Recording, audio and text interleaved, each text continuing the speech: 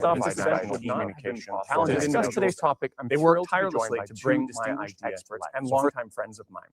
They'll deliver keynotes followed by an open discussion and, of course, questions from the audience. First, Arnaud Bertrand, a French national who has flown in from Malaysia to share his perspective.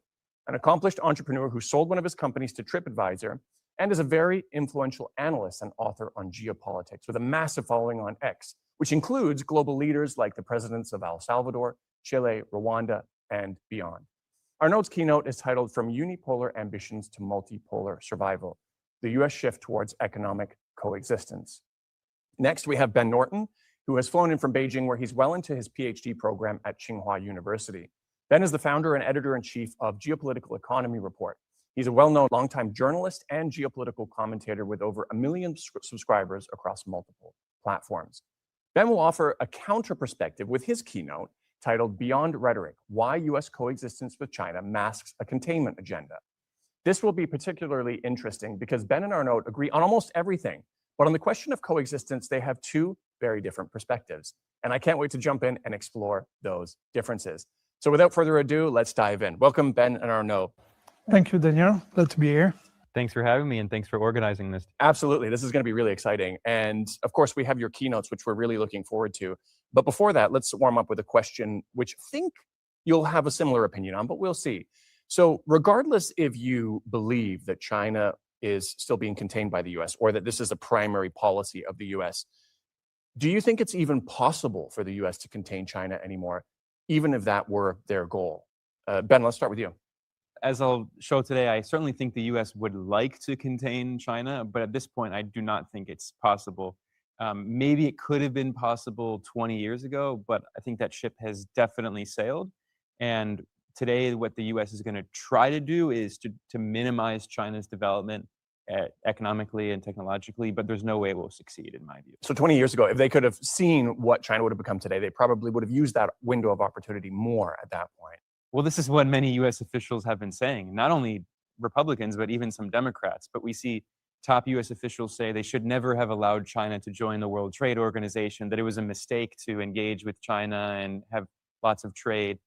So certainly that's what they're saying. But like I said, at this point, I think it's much too late. And also, it's not just a matter of the US, like the people of China are not going to allow a foreign country to prevent them from developing. Right, right. Arnaud, how do you feel about that? Yeah, I mean, I completely agree. In fact, I will go one step further. I think today what we're seeing is that if and when the US tries to contain China, the end result is that it contains itself. Like we've seen multiple examples of that, like with the latest renewal of the Monroe Doctrine, for instance.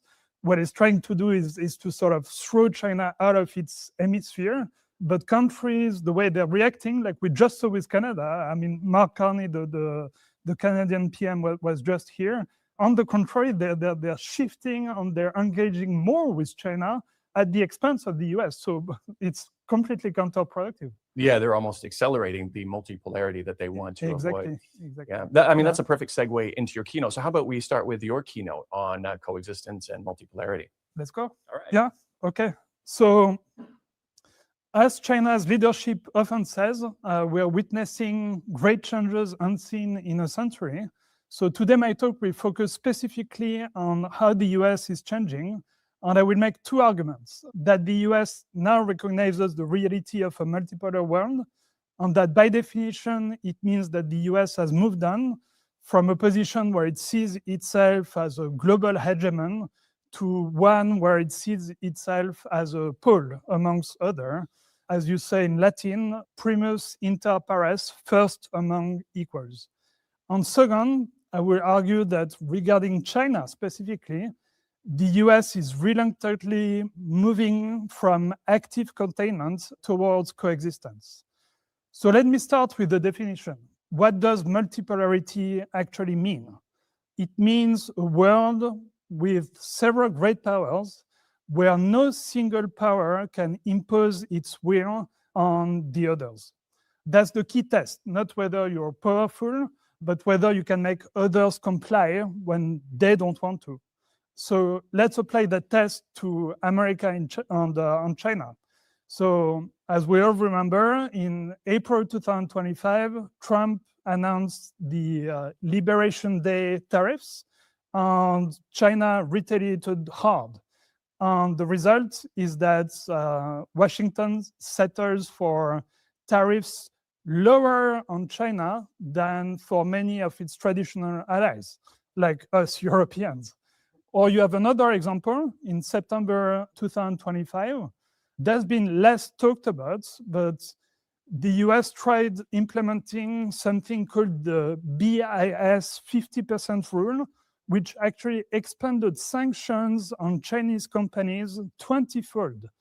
It increased the number of Chinese sanctioned companies from roughly 1,300 companies to over 20,000. So that was a huge action by the US to contain Chinese companies. What did China do? They responded with their rare earth export controls. We all remember the rare earth export controls that China introduced. That was for this reason. And the end result, again, is that Washington panicked and ended up completely suspending the BIS 50% rules in Busan, in South Korea, during the summit with President Xi. So that's two major containment initiatives within 8 months, and both failed. Both had to be walked back, precisely because China can now hit back just as hard on the US. So when you consistently fail to impose your will on another power, it means you can't, by definition, and that's the very definition of multipolarity. And to be fair, the US explicitly recognizes this reality. If you read their new national security strategy, they call, for the first time ever, they call global hegemony fundamentally undesirable and impossible goal. That is the exact wording in the national security strategy. So notice that in that sentence, there are two distinct claims: that hegemony is undesirable, which is a judgment of value, and that it's impossible, which is a judgment of fact. Why undesirable? Because, to quote the national security strategy again, it's self-defeating. As they write, it hollowed out the very middle class and industrial base on which American economic and military preeminence depends. So what this concretely means is that they now view the pursuit of global hegemony as working against their economic and security interests. Same assessment from America's partners. Just last month, Germany's Chancellor, Friedrich Merz, from CDU, which is traditionally the most pro-American party in German politics, he gave a speech where he said something quite extraordinary, given who he is. He said, Pax Americana no longer exists. He didn't say it's weakening. He didn't say it faces challenges. He says it no longer exists. And he added that, and this is a quote again, this course is not temporary. Trump did not appear overnight, and this policy will not disappear overnight either. So in other words, what he's saying is that this is structural. The old America is not coming back. Or take Canada. We were just speaking about that. Mark Carney, the prime minister, was in China until yesterday, I think. And he declared here in China that we are now in a new world order. Those are his exact words, where Canada and China need to go into a strategic partnerships. Again, his words. This is Canada, America's next door neighbor, and one of its closest partners. And what does a new world order mean? It obviously implies that the previous world order, the one structured by US leadership, is over. Again, it means we are now in a multipolar world. But it's not just rhetoric from allies. Look at what allies are actually doing. So one thing that I found extraordinary last year was in September 2025, Saudi Arabia, which is arguably the poster child of US client states, they formed a NATO-like security alliance with Pakistan. This is, the kingdom that has anchored American influence in the Middle East since Franklin D. Roosevelt met Ibn Saud in 1945. and they're now entering a formal military alliance outside of the US security umbrella with another nuclear state, which is Pakistan. Or check what's happening over Greenland right now. For the first time ever, you have US, NATO allies positioning military forces to protect against the United States, which is incredible. So when your allies now see you as someone they need to protect themselves from, that's not hegemony anymore.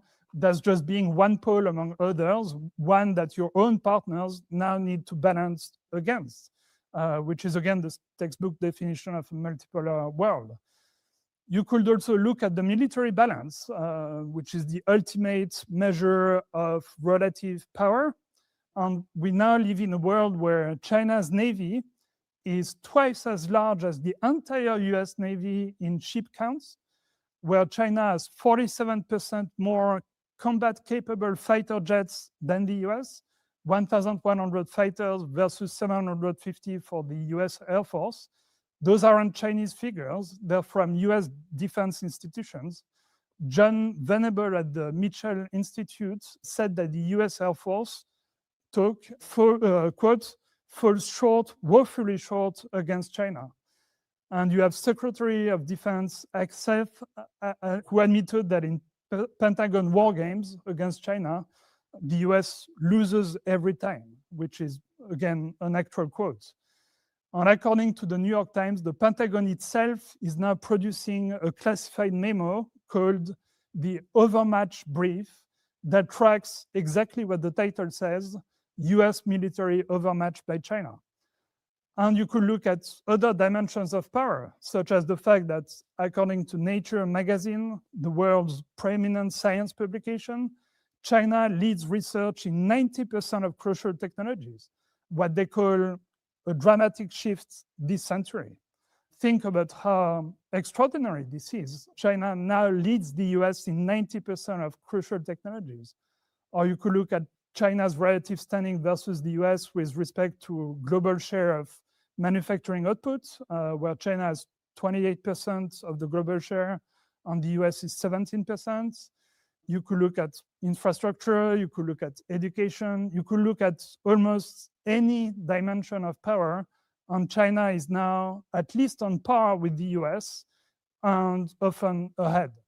So that's the situation when your allies declare your era over, when you can't impose your will on rivals, when your military balance shows you have direct peer competitors, and when you yourself officially abandon hegemony as a doctrine. This is not tactics, this is structural. So if you're the US, an empire that has just recognized it can no longer impose its will globally, what do? You do what every overstretched power in history has done. You contract geographically, you prioritize strategically, and you make your commitments conditional rather than absolute. And that's precisely what we're seeing. So the Monroe Doctrine revival tells you everything. This is a 19th century policy from when America was a regional power, when it had regional ambitions because it lacked global capacity. For over a century, as American power grew, the doctrine became irrelevant. When you claim the entire world as your sphere of influence, your own hemisphere loses its special status. It's just part of your sphere of influence. So previous national security strategies never even mentioned it. The 2022 national security strategy spoke of a partnership with Latin America. The 2015 strategy celebrated diplomatic achievements in the region, but the 2025 strategy revised Monroe explicitly and frames the Western Hemisphere as the priority. The direct quote is, after years of neglect, the United States will reassert and enforce the Monroe Doctrine to restore American preeminence in the Western Hemisphere. So when you resurrect a doctrine from your era as a regional power, what you're announcing is obvious. You are a regional power again. And in other regions, the burden shifting is explicit. Washington isn't saying we're making allies stronger. It's saying allies must step up because we just can't carry this ourselves anymore. That's what powers do when costs exceed benefits. There is even a specific deadline set by the Pentagon for Europe, which is 2027. By that year, Europeans must take over the majority of NATO's conventional defense. So the US now recognizes multipolar reality, not because it chose to, but because it has no choice. But recognizing reality and accepting it gracefully, two different things. Which brings me to my second argument, what this means specifically for US-China relations. Again, I have absolutely zero doubts that America wants to contain China. And of course it does. If they didn't, why would they have tried to do exactly that during the past 8 years? No, the question is rather whether it still can. Power is not about what you want to do, it's about what you can do. That's the distinction we need to make. Not between good intentions and bad intentions, but between capability and will. So the question at play here isn't whether the US intends to contain China, but whether it has a choice in the matter. And my argument is that no, they don't. China has risen and has reached a stage where it's simply not containable anymore. It's over. In fact, I will go one step further and make a simple prediction, which is that the US won't even be able to contain China in their own hemisphere, in the Americas, and the more they try to do just that, the more counterproductive it will prove to be. Just look at the facts. They announced their new Monroe Doctrine with the explicit goal of winding down adversarial outside influence by non-hemispheric competitors. That is the exact wording in the national security strategy. And by non-hemispheric competitors, they obviously refer to China. And that was back in November, 2 months ago. 2 months afterwards, we now have Mark Carney, Canada's Prime Minister, in Beijing, describing, in his own words, a new era of relations between Canada and China, and explicitly talking about both countries becoming strategic partners on a comprehensive range of issues, including issues on security. So there is no overstating how extraordinary this is to anyone who has followed Canada-China relations in the past few years. Canada was probably the country globally most aligned with the US when it comes to China. I mean, it's a G7 country, it's a 5i country. There are no closer partners for the US. And as a reminder, Canada literally abducted the daughter of Huawei's founder, Meng Wanzhou, on the US behalf and held her hostage for several years, despite severe Chinese retaliation, all in service of Washington's containment strategy on China. So that's the irony. For all intents and purposes, Canada actually used to embody the Monroe Doctrine. In practice, they were all in on the US. And now, with this talk of Monroe Doctrine, Trump has achieved the extraordinary feat of changing that calculus, impressing upon Canada that he was the threat and that they needed to hedge their US exposure.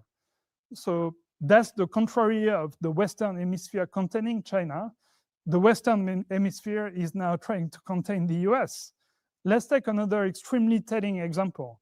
Javier Milei in Argentina. So this is a man who is ideologically very close to Trump. He is Trump's self-described favorite president, and he is radically opposed to communism. Before getting elected, he swore, this is a direct quote from him, not only I will not do business with China, I won't do business with any communists. So that's his ideology. If there was one person who could be convinced to stop engaging with China in the entire Western Hemisphere, it must be him, right? And the US actually tried very hard to do just that. When Argentina's currency swap with China came up for renewal last year in April 2025, US Secretary of Treasury Scott Bessent flew personally to Buenos Aires to pressure Milei to drop the currency swap agreement with China. He's actually quoted as saying, what we want is for the famous credit line Argentina has with China to end. That's what he wanted. And the result is that Argentina renewed its Chinese currency swap, which now represents 43% of the country's gross reserves, the exact same month as Besant's visit. And Milei went from saying he will never deal with communists to telling President Xi at the G20 that Argentina is a reliable and stable cooperative partner of China, and that he firmly supports China's position on the Taiwan question.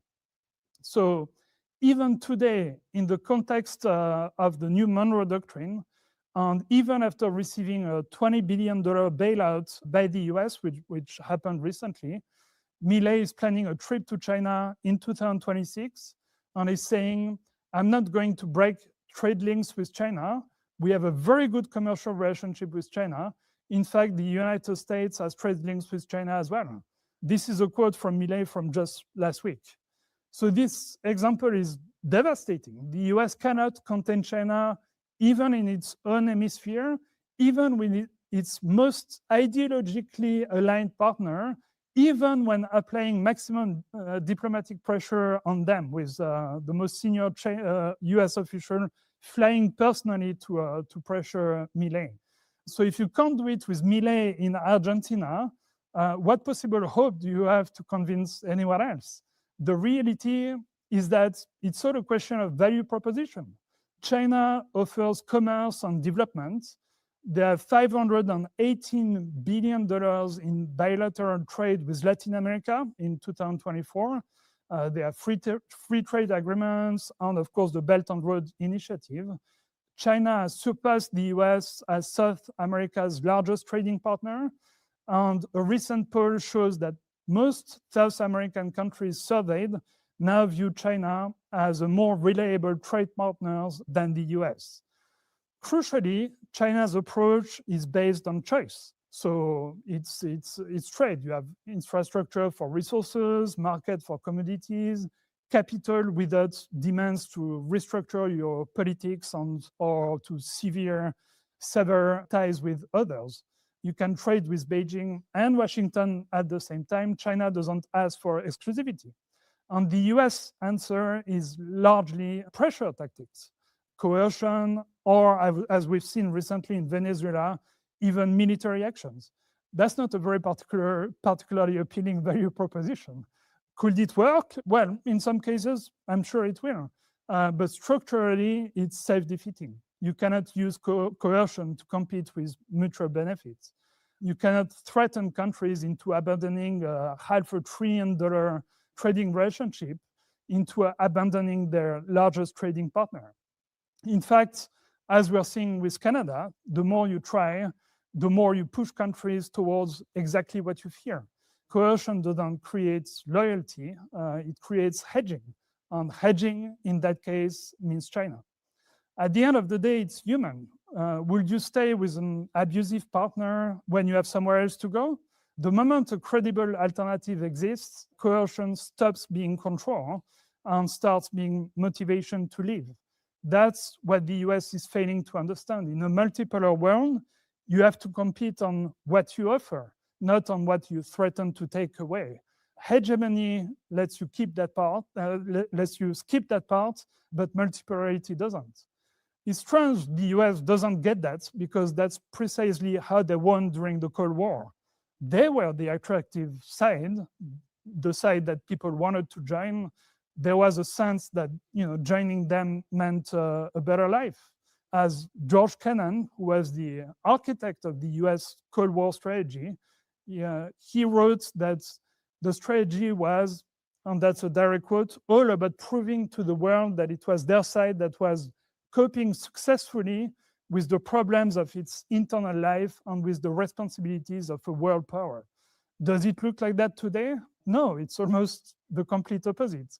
With China offering the kind of free trade commerce that the US once championed, and the US trying to wall itself off from the rest of the world. And history suggests that's not a winning formula. Ultimately, the US, even in its own hemisphere, is bound to understand that it cannot threaten countries into preferring them. At some point, you have to have the better offer, which means it will have to compete with China on actual value, on price, on quality, on reliability. Good luck with that. There is a saying in business, if your model requires outcompeting China on cost and quality, you don't have a model, you have a problem. So to conclude, I never argued that the US has become benign or that it's accepted China's rise gracefully. Washington will contain China tomorrow if it could. My point is containment that consistently fails isn't a strategy. You can maintain the infrastructure of containment all you want. If it doesn't produce containment, what do you actually have? What you have is a wish dressed up as a strategy and coexistence by another name. So the question isn't whether America wants coexistence, it doesn't. The question is whether America has a choice. And undoubtedly, the answer is no. Thank you. That was a very compelling argument. And so I guess one of the key points is that they've tried to contain China, but they've continually failed and even gone as far as conceding that it's not possible anymore. No. But the question is, so you say it's not a strategy, but potentially it could be just a bad strategy. So have they conceded to the point where containment of China is no longer their primary objective? Do you think that they've kind of retracted away from that a little bit? Or do you still think it remains one of their primary objectives that they're still going to try to do, even if it's futile? I think it still remains one of their objectives, mostly in the Western Hemisphere. I mean, that's explicitly what's written in the National Security Strategy, to sort of wind down the influence of non-hemispheric countries in their hemisphere. But the example of Canada or Argentina that I gave in my talk are extremely telling. It's as they try to do that, of course, countries are going to freak out and actually try to hedge from that because they don't want that direct coercion by the US. So sooner or later, they're bound to recognize reality and even try to stop doing that in their own hemisphere. But they haven't realized, they haven't come to terms with that yet. They haven't realized that they have to stop doing this. So they've given up on global hegemony, and they're pushing on a more localized, like you said, the Monroe Doctrine. But they haven't gotten to a point where they realize that this is counterproductive and they've changed their strategy as of yet. In the Western Hemisphere, I don't think they're yet there, but it's either way for China, it works because whether they stop containment in their own hemisphere, then containment is stopped. But if they keep doing it, then it's not containment. It's the opposite. It's the opposite of it. It goes so in practice, it's actually not containment. That's my point. So they have though given up on containment of China on a more global scale. And they just want to kind of control their own hemisphere and try to reduce China's ability to. Even on a global scale, there are still some remnants of containment, especially in technologies, for instance. Although the Trump administration is actually slowly moving away from that, like we're seeing with semiconductors. So they're starting to allow some more high-end semiconductors to be sold to China. And the irony is that China doesn't want them anymore because it allowed them, and that's why they're shifting their strategy, because here again, containment was counterproductive.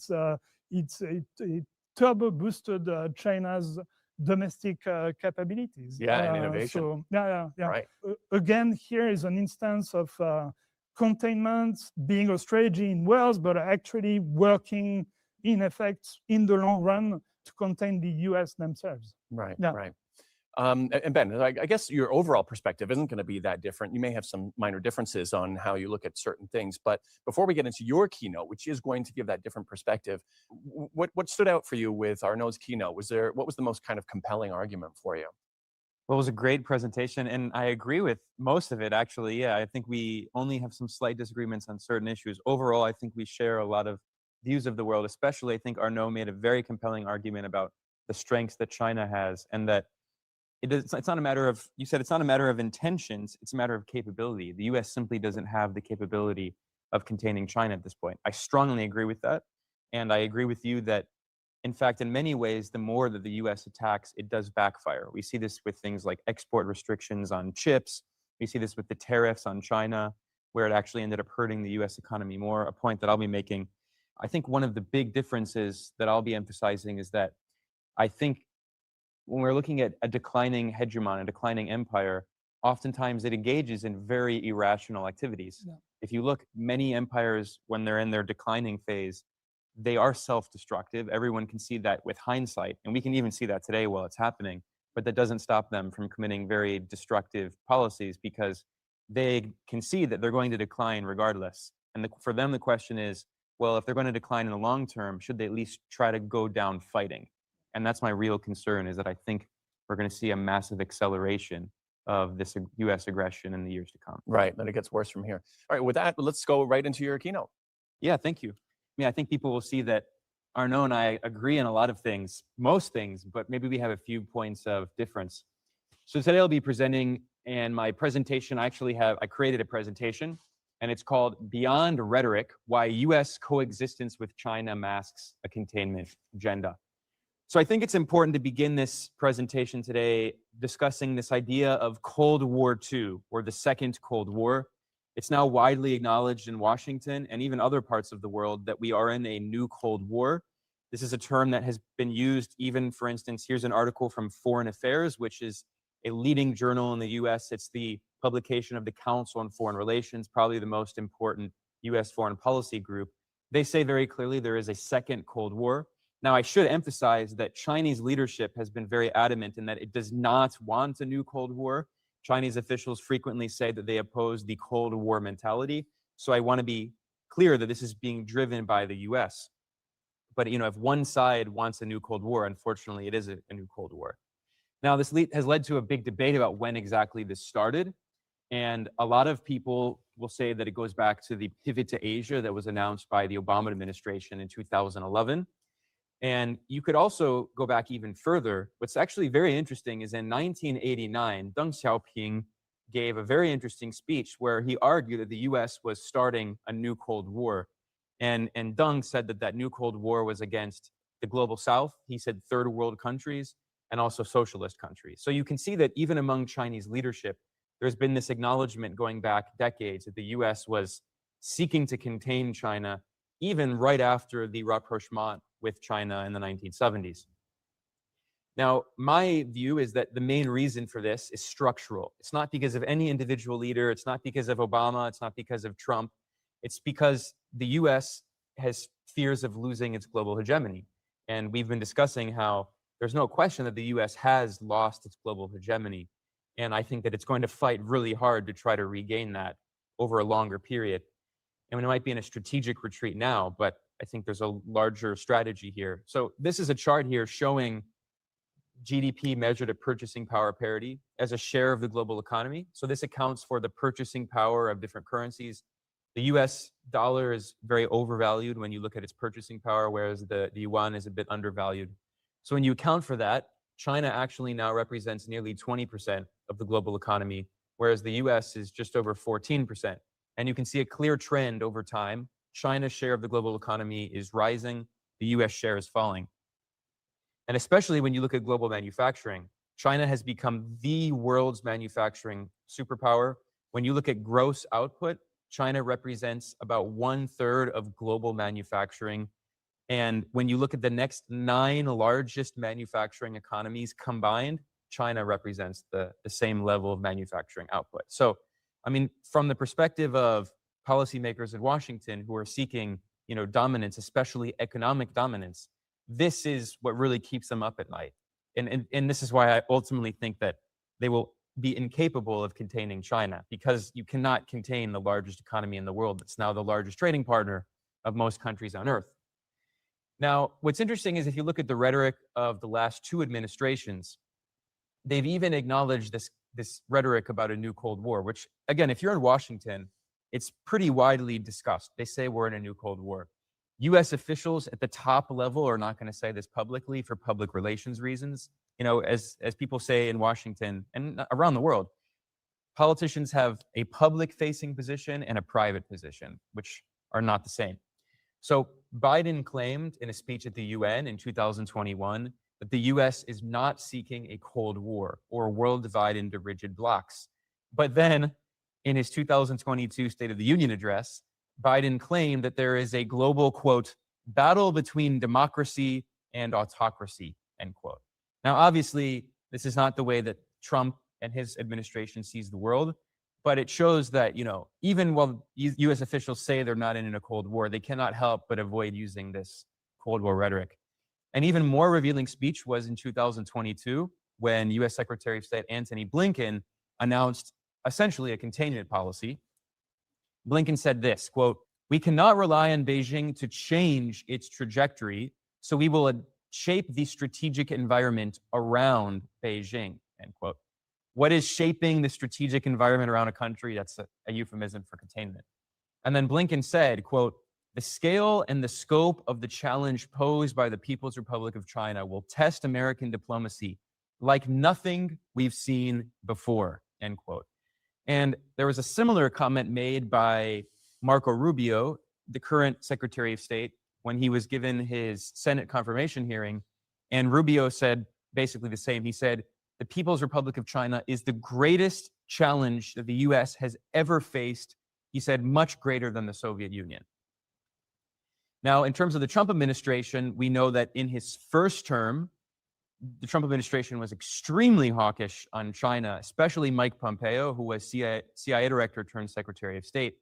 In 2020, he gave a speech at the Richard Nixon Library, which was a symbolic decision because Nixon was the one who first normalized relations with China. And Pompeo said that China, quote, "threatens our people and our prosperity," end quote.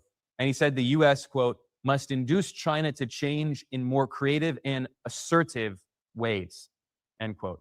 Now, it's true that in the second Trump administration, it seems like Trump is being a little more pragmatic. I think this is actually because the US has no option. Trump started this unilateral trade war on China in his first term. We should emphasize that this is a trade war started by the US, not by China. And Biden actually continued a lot of these policies. Biden's tariffs against China were more targeted. They were not blanket tariffs, but he put 100% tariffs on Chinese electric vehicles and very high tariffs on Chinese batteries and solar panels and other high-tech products. In his second term, Trump launched another extreme trade war on China, at one point threatening tariffs of 145%. But of course, this trade war failed, and the US was forced into short-term strategic retreat. So there's no question that the US tariffs on China backfired, and it was actually a message to the United States that it is much more dependent on China economically than it assumed.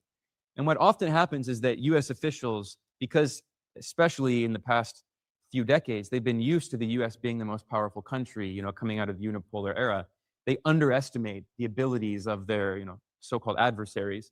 So Scott Bessent famously said that the US had all of the cards and China had no cards to play. We now know that China had many cards, not only US trade dependency on China overall for consumer products, and you know, Americans want their cheap consumer products from China, but especially things like China's influence over the global supply chain, and especially critical minerals and rare earths, which the US cannot replace in the short term, although it's trying in the medium term. So after the trade war in China failed, Trump actually announced in November 2025 that relations with China were, quote, "extremely strong," end quote. But I think we should not read too much into this rhetoric. I think this is a short-term decision to have a strategic retreat, to focus on decoupling economically to the extent they can from China in strategic areas. Especially the US is obsessed with making a new supply chain, which I'll talk about. And it doesn't mean that the US is going to be less confrontational in the future. I think it's a short-term strategy.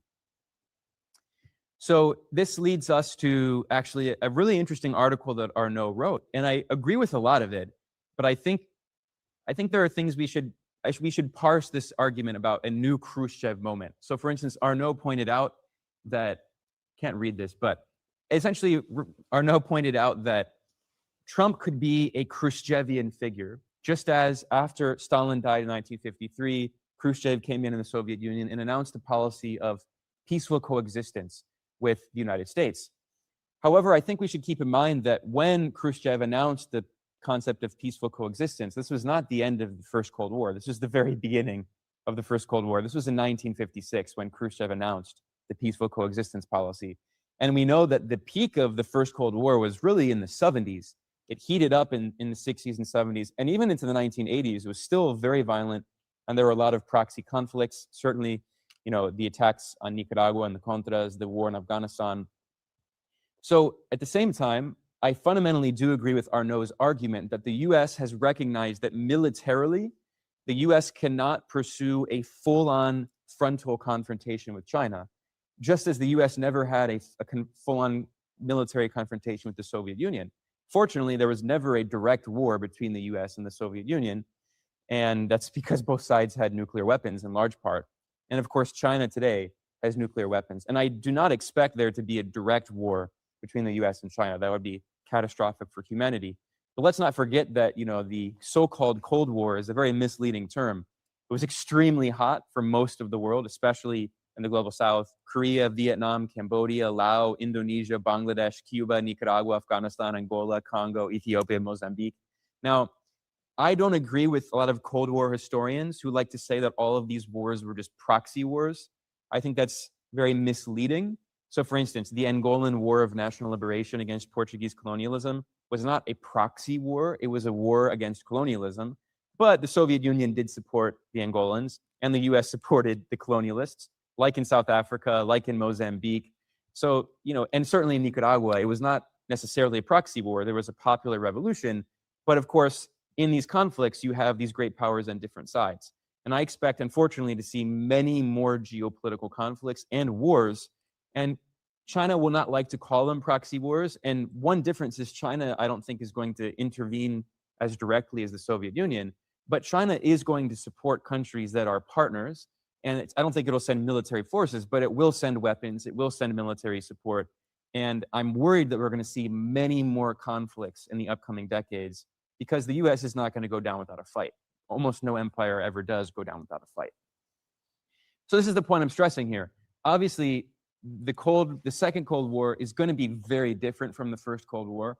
I'll point out, for instance, which is a very compelling argument that some people who disagree with me might say, I think it's a strong point. China is much stronger today than the Soviet Union was at its peak. I think there's no dispute about that, especially economically. The Soviet Union was never the biggest economy. It was never the dominant economy in the world. And the Soviet Union was never the largest trading partner of most countries. So I agree with that. But I think we're still in the very early stages of a much larger conflict. And I think what we're going to see is much more fragmentation. And I know after my presentation, we'll talk more about this idea. I think we're not going to see the total end of globalization as we know it. Certainly, China is trying to keep this mantle of globalization. But I think what we're going to see is the US is going to try to force a much more fragmented world economically and even technologically, trying to pressure certain countries and regions of the world to cut off China and Chinese technology in certain ways, in certain areas. And it's not going to look like the globalized era of the 90s and the 2000s, where you kind of have one global economy. And in that sense, I think that's going to be one similarity between the first and the second Cold War. You know, we talk about the Iron Curtain, but even the Iron Curtain is actually not that real. There was still trade that went on between the Soviet Union and Europe. For instance, there was a big fight in the first Cold War. Western Europe bought a lot of oil and natural gas from the Soviet Union. And you had the Ostpolitik policy in Germany. So even at the height of the first Cold War, there was still a lot of trade between the Soviet Union and some of these other countries, not with the US. So I do think that one similarity in this new Cold War is the US is serious about trying to decouple economically from China. I don't think most countries will do that. But let's not forget that even in the first Cold War, most of the world was actually non-aligned. The non-aligned movement represented the majority of humanity. And I think today that'll be very similar. There will be a big non-aligned movement. So let's get into the national security strategy. I think it makes it clear that if you read it carefully, China is still the main target, but not in the short term, because they recognize that they're not powerful enough in the short term. They have all these vulnerabilities. So they need to focus on preparing for a larger conflict in the medium to the long term. So the short term is strategic repositioning, asserting US hegemony in regions that are seen as critically important, primarily Latin America. I do agree with Arnaud that the US will not fully succeed in this, especially economically, because China is the largest trading partner of South America, and the US is actually a competitor with Latin America for trade. Latin America exports many commodities, agricultural goods, corn, soybeans, also, oil, gas. The US is the world's largest oil producer. It exports a lot of soybeans and corn. So the US is actually competing with Argentina and Brazil in the same area for export. So the US can't replace trade with Latin America. So I think that strategy is not going to work. But I think politically, the US will have success in blackmailing and threatening countries in the region to cut off and minimize trades with China politically. For instance, Marco Rubio, in his first trip abroad as Secretary of State, he went to Panama and he forced Panama to withdraw from the Belt and Road Initiative, and is also trying to force Panama to pressure the Hong Kong company, CK Hutchinson, to sell its holdings in Panamanian ports to a consortium owned by BlackRock. It's kind of, that deal is kind of in limbo, but it's still going through it, allegedly. Now, getting back to the national security strategy, another point we should keep in mind here is when we're reading this rhetoric, the rhetoric was actually softened by the Treasury, which is very funny. And I think this is a reflection of the fact that Scott Bessent, who's a man from Wall Street, he's pragmatic in some ways, although ideologically he's very anti-China.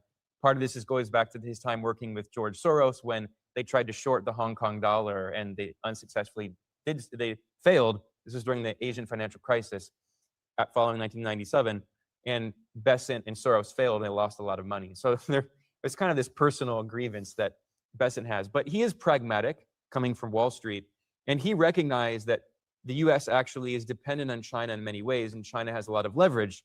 So I think we know from Politico, they reported that Bessent pressured the Trump administration to water down the anti-China rhetoric in the national security strategy. Now, if you read it carefully, the national security strategy does describe the Asia-Pacific region to be, in the short term, the second most important region after the Western Hemisphere. And what's very important is it says that it was a mistake to engage with China. So the language is, they say that Trump says there were 3 decades of mistaken American assumptions about China. The US should not have facilitated China's entry into the so-called rules-based international order. They said that China should not have been allowed to join the World Trade Organization. And what's very important about this, they have a very important quote. They say the Indo-Pacific is already and will continue to be among the next century's key economic and geopolitical battlegrounds.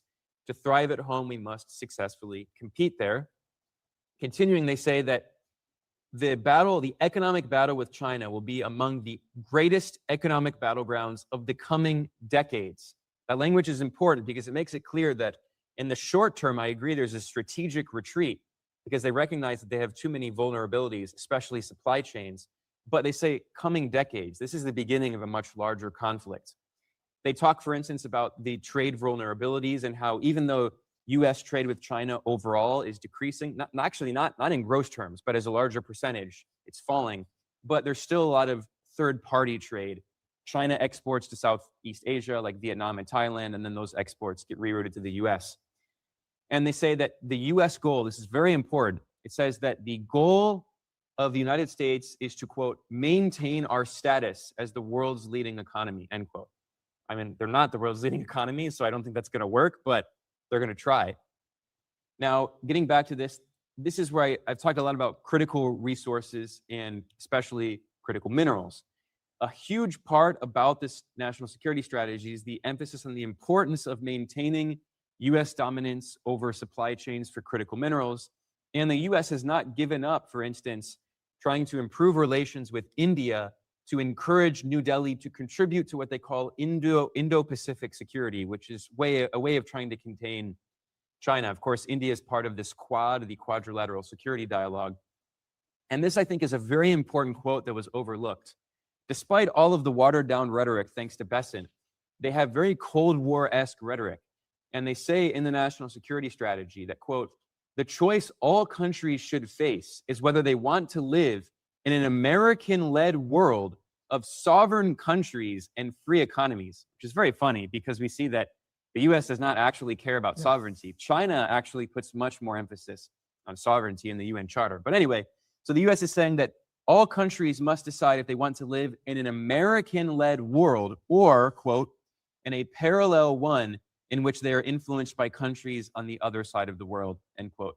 By which they, of course, mean China and Russia. For me, this is very dangerous rhetoric. It's Cold War style rhetoric.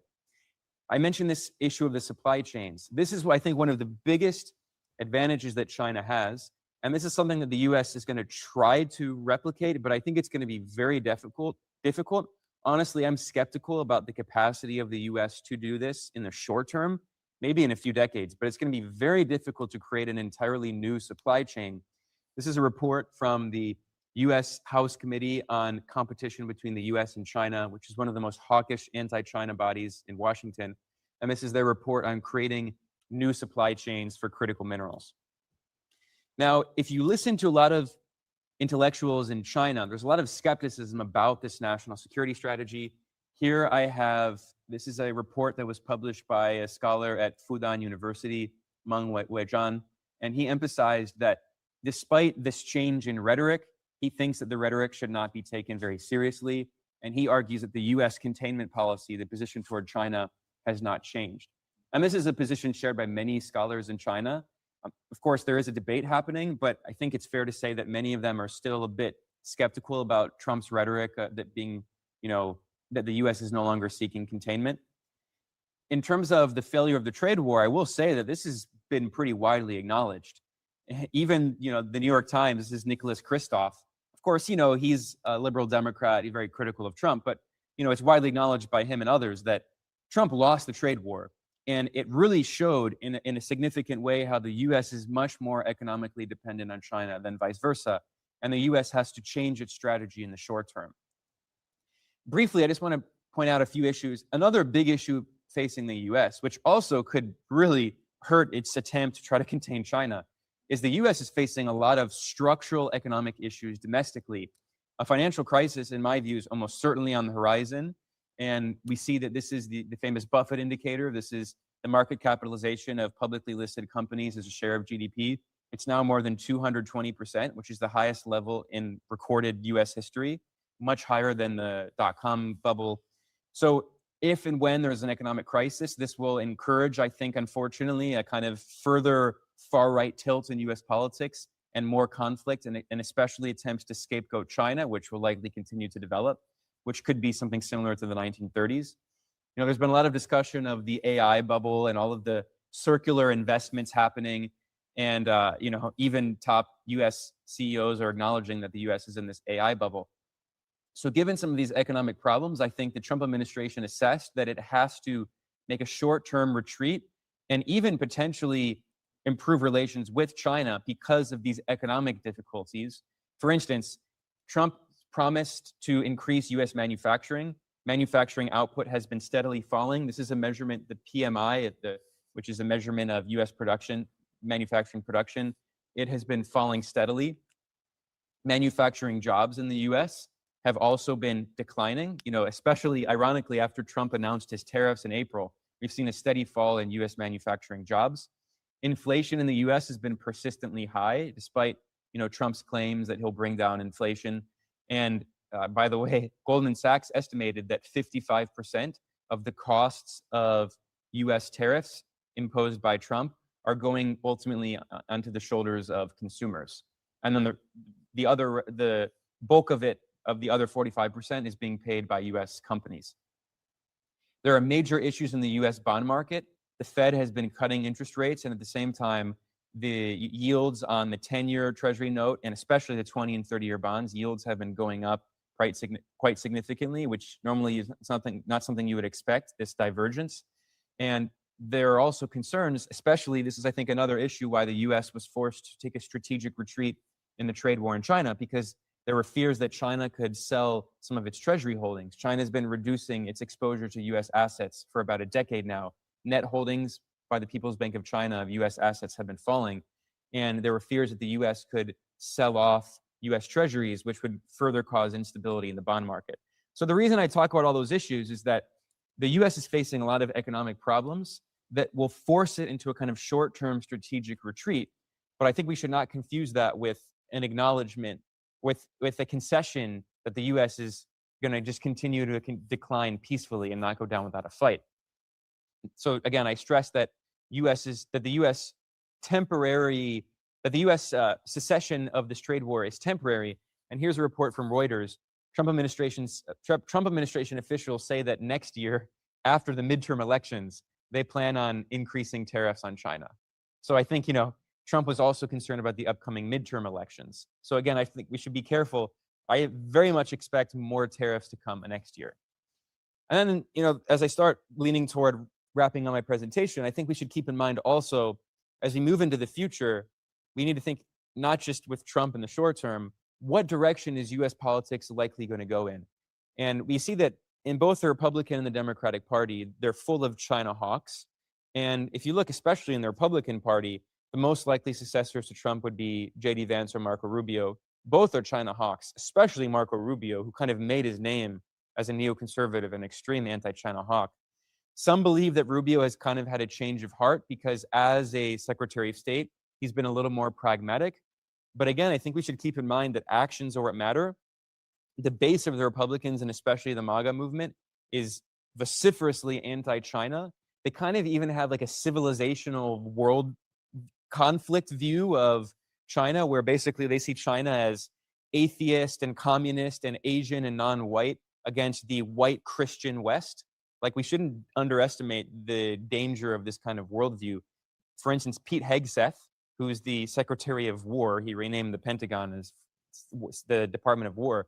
He wrote a book in 2020 called American Crusade, in which he said that the U.S. is in a holy war, and that he called himself he said he's in a holy war, and he called himself a crusader. And he said that the main targets in this holy war are communist China. He always says not just China, communist China, also the international left, and Islam, all of Islam, which is crazy. But again, like, these are people who are very powerful in the Republican Party. And I think especially as economic issues get worse in the US, we'll see more of these extreme kind of populist forces. And again, we can look at rhetoric of the Trump administration, but we should keep in mind their actions. Trump say they don't want a conflict over Taiwan, but meanwhile, the Trump administration recently approved the largest ever weapons package for Taiwan, which is $11.1 billion.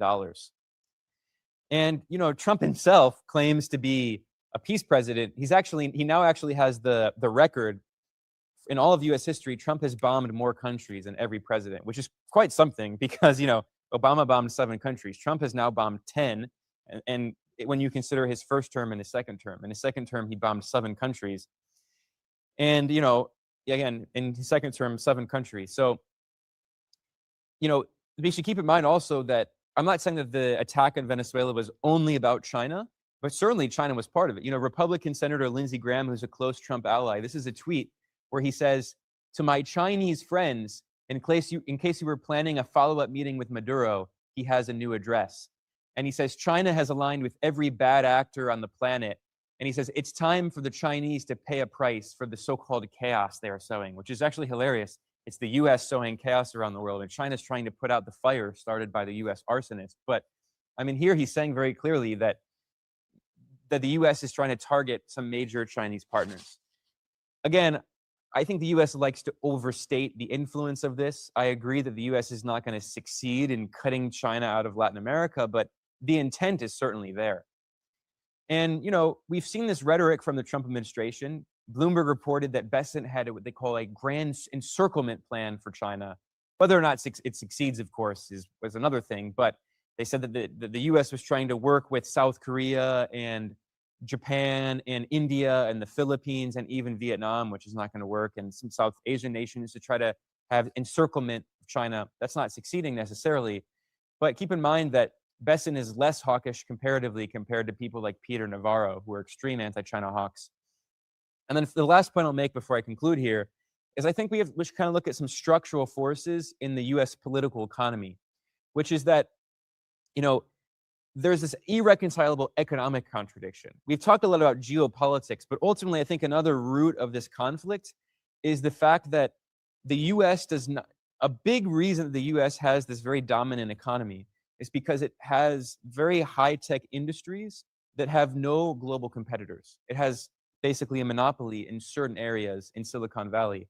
And this is responsible for a very high, high margin, very high profit sectors in the US economy. You know, if you're in mining, you're going to have pretty low margins because there's mining all around the world. If you're designing chips, it's very high margin industries because there are very few people who can compete with NVIDIA. China is trying, but the US has these major monopolies and oligopolies, which they do not want Chinese firms to compete with. Famously, Gina Raimondo, from a Democratic administration, said that the goal was to prevent China from innovating.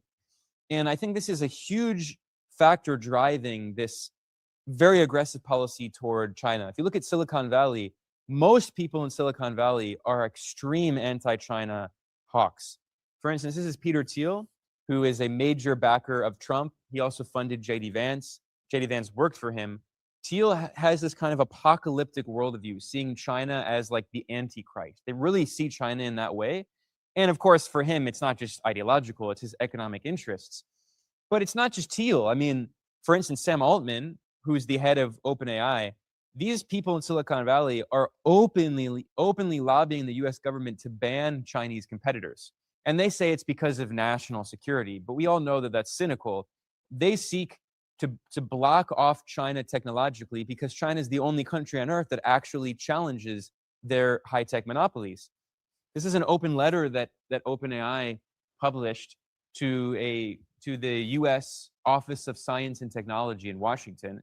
And they say that they must prioritize closing the electron gap between the US and China. They say that China is the biggest threat to the US. They say it's a security threat, but really it's because China has these open source AI models that are actually challenging OpenAI and other US companies. So I think that a big reason in the long term, not just in the short term, another reason we're going to see very significant conflict is that these economic forces in the US have significant political power, and they are against continued US economic engagement with China. These are the people also pushing for decoupling. You know, Elon Musk, people love to point out that Elon Musk, you know, half of Teslas are manufactured in the Shanghai Tesla Gigafactory. That's true. But actually, what's funny is Elon Musk was the one in the Biden administration who was begging for 100% tariffs on Chinese EVs because he can't compete with Chinese EVs. And similarly, you look at Meta, you look at Google, you look at Amazon. These are people who are the most powerful individuals in the United States with significant political power, who are in the long term, they're invested in preventing improved relations with China because it goes against their own economic interests. And of course, we've seen this symbolically with the Trump administration. Silicon Valley is very powerful, and they're going to be structurally pushing for more and more conflict and economic decoupling from China in the long term. So these are my last 2 or 3 slides. So again, just to conclude, I think we should keep in mind that this is part of a larger structural trend, I think we're going to see, which is deeply rooted in not just a few political leaders. It's deeply rooted in the political economy of the world today, of the new global order. China has taken this dominant role as the biggest economy. China is the manufacturing superpower. And it's not just about US politicians. They are reflections of the economic interests of the ruling class of the United States, of these big multinational corporations, of financial interests, of Silicon Valley. And many of these forces, not all of them, there are forces who want this engagement with China, but I think the driving thrust of these forces is for more conflict with China, is to fragmentation of the global economy, and is moving to a world that looks in many ways like the first Cold War, where you don't have this globalized economy. You have a very fragmented economy where the US does what it can to try to divide regions of the world, to pressure them, and to engage in much more violent conflict. And I think what we're seeing now with the attack on Venezuela, threats to attack Iran again, I unfortunately think this is the beginning of a much larger and a very dangerous conflict, because we know, as I conclude, this is my last word, that, you know, there's been a lot of discussion about this idea of the Thucydides trap. Graham Ellison is this political scientist at Harvard, and he pointed out that throughout history, the vast majority of empires do not peacefully accept their decline. And I think especially in a country like the US, which has been an especially violent empire, it is not going to go down without a fight. And when you look at the many wars that it has engaged in, when you look at the many aggressive policies it's engaged in, I am very concerned. I wish this were not true, but I think we're entering a period of extreme geopolitical conflict. And I think this is the beginning of something much larger, unfortunately. Well, yeah, thank you very much for that. That is a very compelling argument. And it sounds like the main point here is that you could legitimately point to some public-facing statements that would lead one to believe that China is no longer the main target, or that there isn't this Cold War. But in actuality, even if it looks like there's a temporary retraction, they still remain the main target. They still fully believe they're in a Cold War, and they're going to do everything to try to win that Cold War. Absolutely. Right. Now, do you think, though, that if they have a certain number of failed attempts at containing China, even if it's in their own hemisphere, even if, for example, Venezuela is a win, with, I guess we remain to see whether it ends up becoming a win or not. But let's say they're able to destabilize countries one by one like this, but the net overall result is that it drives more countries towards China, like Canada, and like we're seeing with all of these other countries.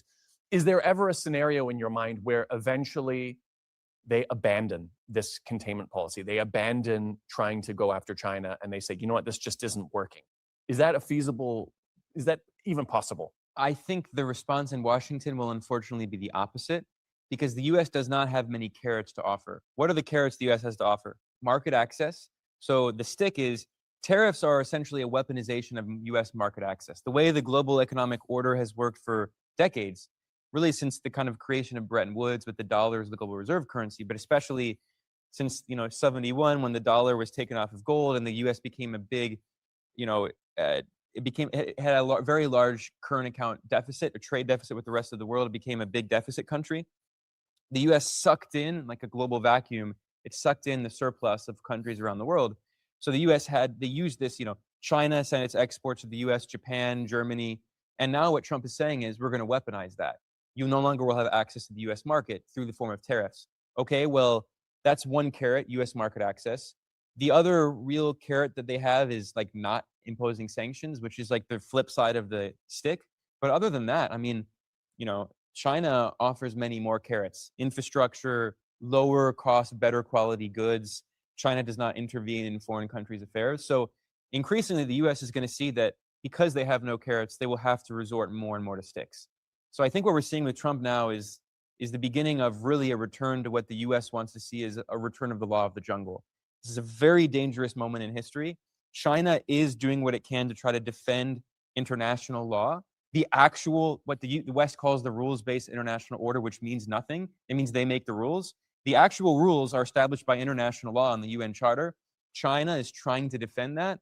But unless China is going to militarily fight the US, which it's not going to do, because China does not want to go down the same trap, does not want to fall in the trap that the Soviet Union fell in, which is that the Soviet Union engaged in many of these conflicts, and like in Afghanistan, which the US started this famous bear trap that Brzezinski laid, and that was a significant reason leading to the decline of the Soviet Union, with all this massive military spending and Star Wars and all of that.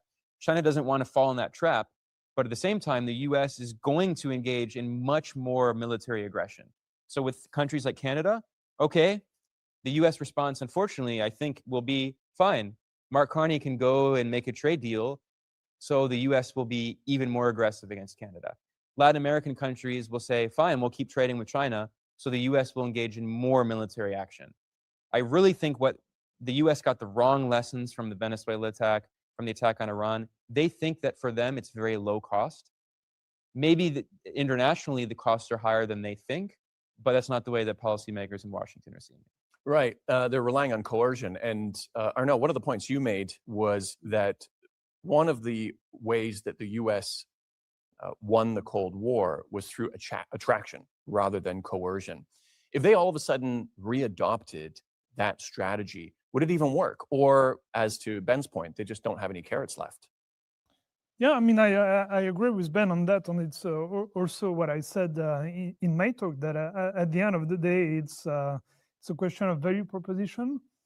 And when your model relies on competing with China on value and cost, you don't have a model, you have a problem, right? So that's going to be difficult. And I agree with Ben that what they're left with is coercion, but again, coercion is a very unappealing value proposition. So it can work here and there, but structurally, you cannot coerce the whole world. It means the more and more coercive you're going to be, the more and more the world is going to start to align against you. And we are definitely seeing that trend. I mean, as we speak, you have European nations, which is crazy when you think about it, sending troops to Greenland to defend themselves against the US. It's extraordinary. So I think we agree on much together with Ben. And we agree that I agree with you that there is temporary, that the US thinks that their current retreat is temporary and that eventually they want, to go back at containing China. But there is a very, very big assumption there, which is that they regain their strength in order to be able to do so. And there's definitely not the trend that we're seeing. On the contrary, everything they're doing is making them lose power in a significant number of ways. And yes, they're going to become more and more desperate, like some sort of angry predators, feeling that the end is near and sort of lashing out and so on. But we should not confuse that for strength, because that's actually weakness, I think. Here, I strongly agree with you. It's a sign of weakness. It's a reflection of that weakness. But the point I really want to emphasize, and I didn't say this openly in the presentation because it's very dark, but I'll be very honest. When you look at imperial decline, and this is what Graham Ellison doesn't really focus on a lot. He talks about the Thucydides trap, but most empires, when they're in their stage of decline, is when they're the most violent. We saw this with the Ottoman Empire, and we certainly saw this with Germany. And I'm going to be accused here of violating Godwin's law. Everything eventually becomes a comparison to Nazi Germany. But I really am afraid about the far right turn in Western politics in general, in Europe, but especially in the US. And on your point, I strongly agree with you that because the US has so few carrots, it's going to have to resort to force, because China is offering objectively a better deal for most countries. Better products, better technology, non-intervention, infrastructure. It's just objectively better. But I think the US will not accept that and will resort to war, like Germany did, like the Ottoman Empire did, and like other empires have done. Yeah. Would you agree with that? And also that China is still kind of the long-term target for the US, and that from the US's perspective, they are in a full-on Cold War. Yeah, I mean, I agree with that. And I don't even have to agree or not. It's a fact with Venezuela. I mean, we saw it. But if you look at Venezuela in particular, for instance, it's quite funny when you think about it, because Venezuela's industry is first and foremost oil, right? And who's going to buy their oil at the end China. of the day? It's not going to be the US, because Trump even said that, yeah. Exactly. So even then, when you resort to war, there is no escaping China, right? It's Venezuela, because of structural reason, is going to have to keep its relations with China. So I think at some stage the US is bound to recognize that. And it's not only Venezuela. We saw that with the war in Iraq as well. Like they did the war in Iraq presumably to get benefits from that, but who steps in to rebuild Iraq, for instance, who gets most of the infrastructure contract and so on? China. It's China. Simply because the US cannot do infrastructure anymore. So there is just no choice. Right. Yeah. Right. Now, do you think that alongside this effort of, because it sounds like containment is still on the table, there is also some sort of an effort for the US to still figure out how to coexist with China in this world? Is that potentially where there might be a difference of opinion? Like, do you think that coexistence is also a major priority of the US, since they've inevitably conceded that containment is ultimately impossible? I mean, I think there is no choice. So it's not, at some point they will have to find a way to coexist with China.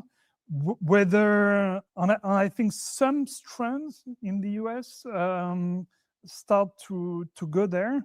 And even I would say Trump himself personally is asking himself the question. I mean, he keeps saying, I have a very good relationship with China. I mean, he keeps emphasizing that.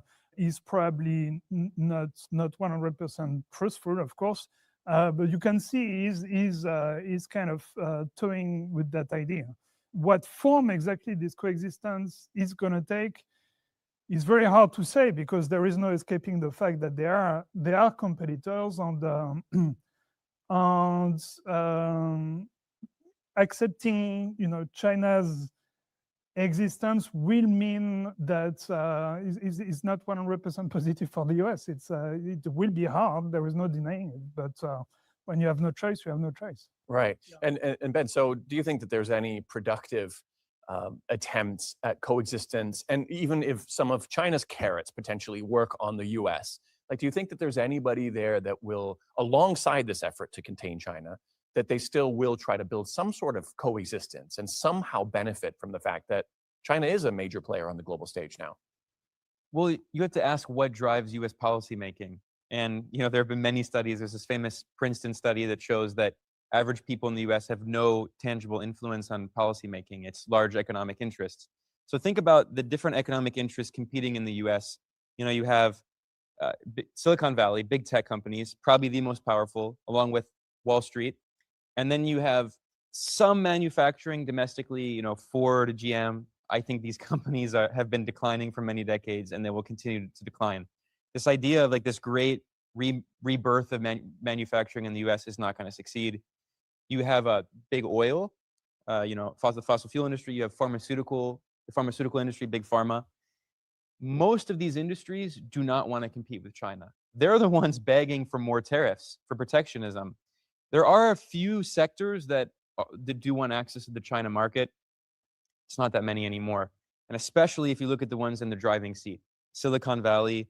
There are some people in Wall Street who have invested a lot in China. Interestingly, Steven Schwarzman, the CEO of Blackstone, was a big funder of Trump, and he has a lot of investments in China. He has some programs here. There are a few exceptions, but for the most part, Elon Musk has the Gigafactory. But look at a lot of these people in Silicon Valley. They're vehemently anti-China, and I think that's going to continue to increase over the long term, because, as Arnaud correctly pointed out, they can't compete with China. Like, it's a matter of their own economic interests. So I think what's interesting about this kind of second Cold War is, like I said, in the first Cold War, it was pretty obvious that the Soviet Union was much weaker than the US. And I think it's clear in this new Cold War that China has a lot of advantages. I think we should be careful not to underestimate the US military power. Arnaud pointed out that China has this very vast military, and in terms of numbers, China is larger than the US. But a good thing is that China hasn't fought a war since 1979. Of course, that's a good thing for the world. China does not intervene. But the US might not have as many forces, but the US is skilled in destabilizing countries, invading countries, bombing countries. You can say that the US, maybe didn't meet many of its goals, whatever they were, in Iraq and Afghanistan. The famous joke is the US spent 20 years, they overthrew the Taliban and they reinstalled the Taliban. True, but the US is really good at destabilizing and destroying foreign countries. So when I say we're entering a period of a lot of stability, I think we're going to see much more of that. So I think even though China has advantages economically, China has advantages in soft power and diplomatically, the US also has some advantages. Yeah, just to add on the economic points, I mean, I completely agree that American companies are scared, and rightly so, of competing with China, and that the US is moving towards some kind of protectionism.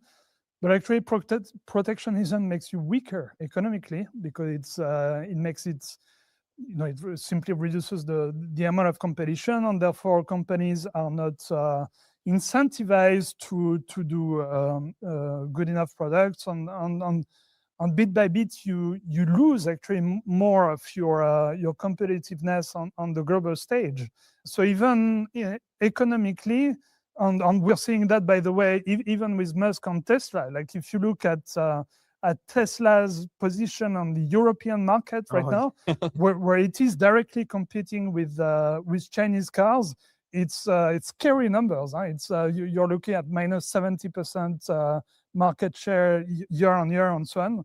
So even economically, I think the US, if they don't want to keep losing, sooner or later, they will have to arrive at the conclusion that they need to learn from China in order to compete with them, which is, by the way, exactly the conclusion that at some point the Soviet Union took, which is like they saw that they were not competitive against the Western model, and so they opened up and decided to learn from the West. The same thing that China did.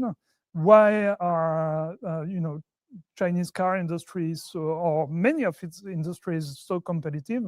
It's not because of protectionism. It's on the contrary because they learn from the West and they got a lot of Western. So that's the way to do this. So I think the US. I think there is a Churchill quote around the US eventually doing the right thing after trying all the wrong things. Eventually they will arrive there, or they will keep losing. Which either way, it's from a Chinese standpoint, it's not a bad thing. Yeah. But not sustainable on their side. You have to wonder though, like these companies like GM and Ford, why they don't take the Tesla route. I mean, Tesla sells a lot of vehicles in China. Toyota sells a lot of vehicles in China. Have they just conceded that they just, in their current state, they can't compete with Chinese vehicles in terms of tech, in terms of price and all of this? Like you would think that would be the priority for a company like GM to say, we need to find a way to survive. Well, you might know this better than I do. I think they had pretty significant market access in China several decades ago, and it's fallen drastically because, again, there are so many options, and Chinese cars are objectively better. I mean, we've all been in them. Like, China has like more than 100 EV makers, and they're extremely high quality and very low cost. And by the way, all of those companies have razor thin profit margins, very low profit margins. I mean, I agree with you when it comes to this protectionist element. There's certainly an element of like rent seekers in the US. These big companies, they don't want to compete with China, one, because they can't, and also because it really hurts their profit margins. But when you have, these strong protectionist measures, it's much easier to seek rents and have much higher profits. So I think we're going to see a significant turn to that in many industries. We talked about cars, but for the U.S. Economy, manufacturing is not really that important anymore. But you have big pharma doesn't want to compete with Chinese drug makers, which is a very protected industry in the U.S. You have certainly Silicon Valley, which is really the driving force, and especially as AI becomes more adopted, we're going to see more and more of that. Which is why I think, as you pointed out, Arnaud, so much of this kind of new Cold War, this conflict, has been fought in the terrain of high tech, of AI, semiconductors, quantum computing, all of the sectors the U.S. has targeted with China, with tariffs and export restrictions on China.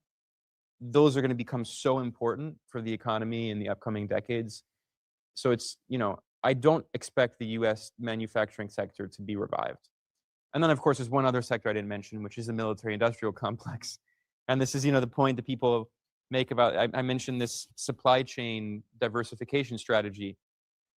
A big reason that the U.S. is trying to do this is because so much of the U.S. military-industrial complex depends on Chinese-dominated supplies, including critical minerals and rare earths, to make weapons and military equipment that the U.S. wants to prepare for future conflict with China. That obviously is not going to work. And their current method, I mean, the current things that they're doing around the world are, as we can see, driving countries towards China. You have, particularly in the global south, after what happened with Venezuela, even with Canada, with our PM Carney coming over here. But Europe is kind of at a crossroads. Now, we had a discussion online not too long ago about how Europe is kind of stuck in this middle ground. They're not really unified with one single strong leader, and they're not individual independent countries. They're kind of stuck in this middle ground that is not better than either of those possible options. Since that conversation, have things changed? And are we going to see Europe finally come closer to Yeah, China? I mean, that's actually why I wrote the article on the Khrushchev moment that Ben referenced in his talk, because the Khrushchev moment was Khrushchev saying that he was pursuing peaceful coexistence with the US in the middle of the Cold War, because he wanted to concentrate on the Soviet sphere. A bit what you're saying, the US strategy is now. They recognized that they were non-competitive, so they wanted to focus on themselves, on stop the ideological competition for a while in order to regain strength and eventually win. But what that did was that led to the Sino-Soviet split, with China, saying that I think the official Chinese expression by Mao was that Khrushchev was a revisionist traitor. And it's interesting because we're seeing a bit of that with Europe and the US. So they had the same ideology, right? Which was, liberal hegemony. We want to convert the whole world to liberal democracy and so on. And suddenly you have Trump from a European perspective, who is like a revisionist traitor, right? So that's why I made the comparison. It's quite interesting. And that is the irony when it comes to Europe. The only ones right now still left in the world who are advocating for liberal US-led liberal hegemony is not even the US. It's Europe. And, well, the Democrats are, but yeah, they're not in power. yeah.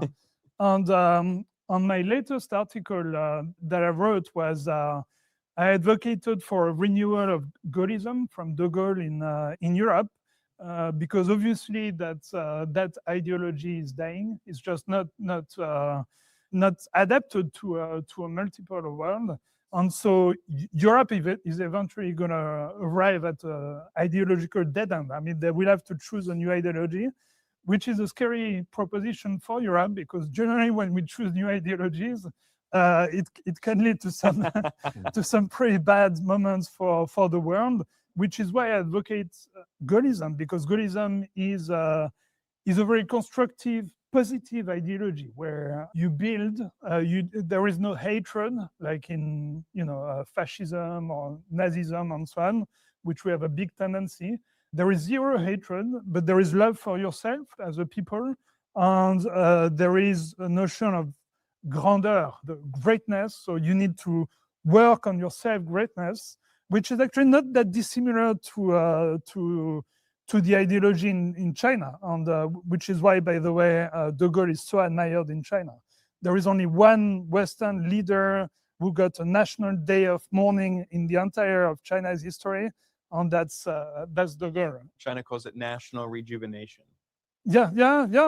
It's quite similar to the Gaullist concept of grandeur. So yeah, I think it would be good if they went that road rather than the fascist road, obviously. And you were looking at some public opinion polls from Canada also, because obviously this visit from Canada's Prime Minister was a major shifting point also. And so you're seeing Canada being driven closer to China also. And you were talking about specific polling also, right? Yeah, well, part of this is partisan, of course. In Canada, when Biden was president, when Trump was president the first time, public opinion of the US and Canada fell drastically. The US became very unpopular. When Biden came in, suddenly public approval increased. But what's interesting is throughout Biden's 4 years, Canadian public opinion of the US, views of the US, fell drastically. And now under Trump, it's at the lowest level since records have been kept. About 2/3 of Canadians have a negative view of the US. About 1/3 have a positive view. It's largely partisan again. But what's interesting is, in this case of Europe, I agree with Arnaud. I think like reviving this kind of de Gaulle spirit of strategic autonomy, this term that has been bandied about, used by European leaders for over a decade now, and they haven't really done anything. Angela Merkel talked about it. Macron has been saying this for a decade and hasn't done anything. What's interesting is, we were talking about this before our conversation today, that these US threats against Greenland could maybe be this final moment where Europe does take this idea seriously, which I think would be good for Europe and it would be good for the world. I mean, as bad as it is for Greenland, of course, I'm 100% against the US attempt to colonize Greenland. It's horrible. But if it forces Europe to finally wake up, then Europe will recognize that it's being actually, that its obsession with Atlanticism and this idea from many European leaders that the US leads this transatlantic order, that Europe benefits from that order. It's not true. Europe is not benefiting from, but at least the people of Europe. Now, certain European elites are benefiting from this order. I like to point out that if you actually, there's interesting data, if you look at global investment in the US stock market by region, Europe actually has twice as much investment in the US stock market compared to all of Asia. Asia has the majority of the world population. So when you account for Europe's population, that's like 10 times more investment per capita in the US stock market. So many of these European elites, they were educated in the US, they're invested in US assets, like they're deeply invested in this. But if finally this is what it takes to break that, then that could be good for Europe. But at the same time, we had a conversation about this. I still don't believe that they will. Like, the US is going to attack a NATO member. You know, Greenland is technically an autonomous territory of Denmark, and I still don't think the Europeans will actually follow up. So in the same with Canada. You know, Canadians can have a negative view of the US, but again, we're talking about larger processes. You know where 80% of Canadian exports go is to the US. Yeah, some of those exports can be rerouted to China, although Canada doesn't have the infrastructure needed, the pipelines needed to reroute a lot of that to China. It's possible, but this will take probably 10 or 20 years to create that infrastructure, to reroute that trade. And, you know, what will the US do in the meantime? And like I said, I'm really concerned, like this rhetoric we see in the US of Canada is going to be the 51st state, we're going to annex Canada. It's not a joke. And especially as the US goes further to the right, I talked about the possibility of another financial crisis. I'm really concerned about that in the US, this kind of 1930s moment. And again, I don't want to be accused of Godwin's law, but I think people should not underestimate the kind of fascistic current in US politics today. And it's not going to end with Donald Trump. Right. And from the perspective of a European, do you think that that's the case, that Europe may just take this lying down if America just goes after Greenland? Do you think that there won't really be any sort of a meaningful reaction? I don't think so, to be honest, because, I mean, first of all, you do have reaction. The statements are actually uncharacteristically strong from leaders who have been traditionally very Atlantist, like Macron or even Starmer. Starmer characterized the US, well, the latest Trump statement on Greenland as completely wrong, which is quite a strong, statement from someone like Starmer, who is extremely pro-Atlanticist. So, I mean, if the question is whether the US will go and take Greenland or... and what will happen as a result? What will Europe do? Because, of course, they have, like Ben was alluding to, public-facing comments. Yeah. What they actually do or what they plan to do sometimes can be different. Can they even do anything? If there is a war over it with the US, I think Europe will lose in the present. I don't think there is any discussion around that, if only for the fact that most of European armament comes from the US, and the way these work is they have off switch. When the US sells you F-35 or something, they have an off switch. And obviously, they will turn on the off switch if we ever fight against them. Or there is the fact that our entire intelligence infrastructure is based on Palantir. Even in France, and Palantir is, of course, an American company, and I'm sure they have an off switch as well. So if we fight against them, we're in a very bad place, obviously. But it doesn't mean that we will accept it. It could lead to a situation like in France we have this Alsace-Lorraine issue where at some point Germany took Alsace and Lorraine from us, and at the time where we were weak, and we lost it during 70 years or so. But it became an incredibly powerful rallying issue for us, and that's why we fought World War I, right? And if ever the US does that to Greenland, that could become the European equivalent to that. Right. And drive them to... Sorry, do you want to add to that? Yeah, this raises, I think, a very important point. Arnaud mentioned that European militaries are dependent on US infrastructure, so US not only the actual planes and the weapons, but also the software.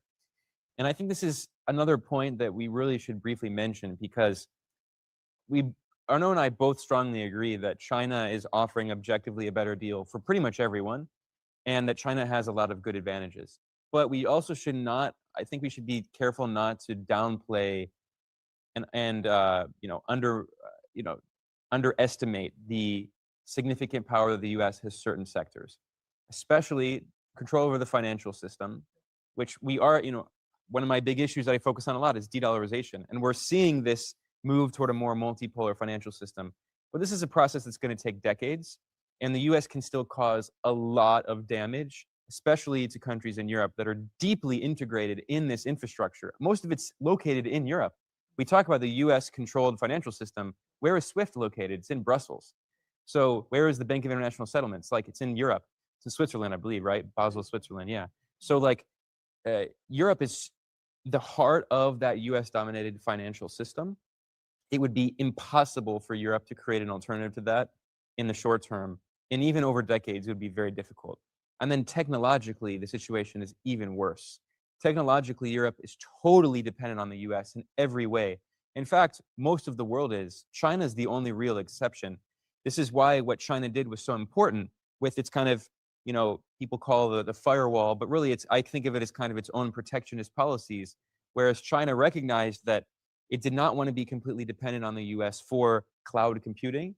You look at global cloud computing, global market share is entirely dominated by the US, especially AWS, Amazon Web Services, Microsoft Azure, like these massive giants. In the case of Europe, all of that infrastructure, that digital infrastructure, all of these websites, it's hosted by largely US big cloud platforms. Then you look at telecommunications, Europe had a lot of Huawei equipment, and at US orders, they agreed to kick it all out of their own domestic infrastructure. Look at Google, its penetration of all of Europe. You look at Microsoft.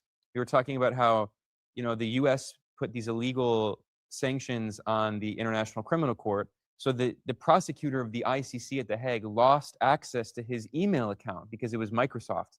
So Europe is really dependent on the US, not just for military reasons, but in terms of its entire software, its entire technological infrastructure. And that's not something that can be replaced. Even if they wanted to, where is it going to come from? China could offer some alternatives, but Europe needs to develop its own alternatives, and that's going to take many decades. That's a perfect example to explain why China took this approach, because had they not taken that approach and they were just as reliant, they wouldn't have won this trade war. They would have been, when the US was ready to crush them, they would have had all the tools ready and in place. And it sounds like, though, if Europe wants to escape this, like you said, America can put a lot of pressure and deliver a lot of pain to them in the short term, and they will have to go through that short-term pain for long-term gain, which is incredibly difficult. They can't go through it.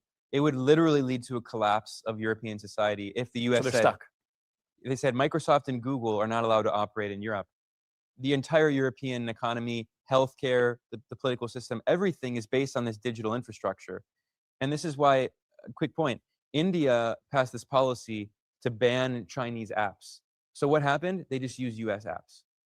I mean, they have a few apps in delivery, but when it comes to the very important technological infrastructure we need for a modern society, it's all US infrastructure.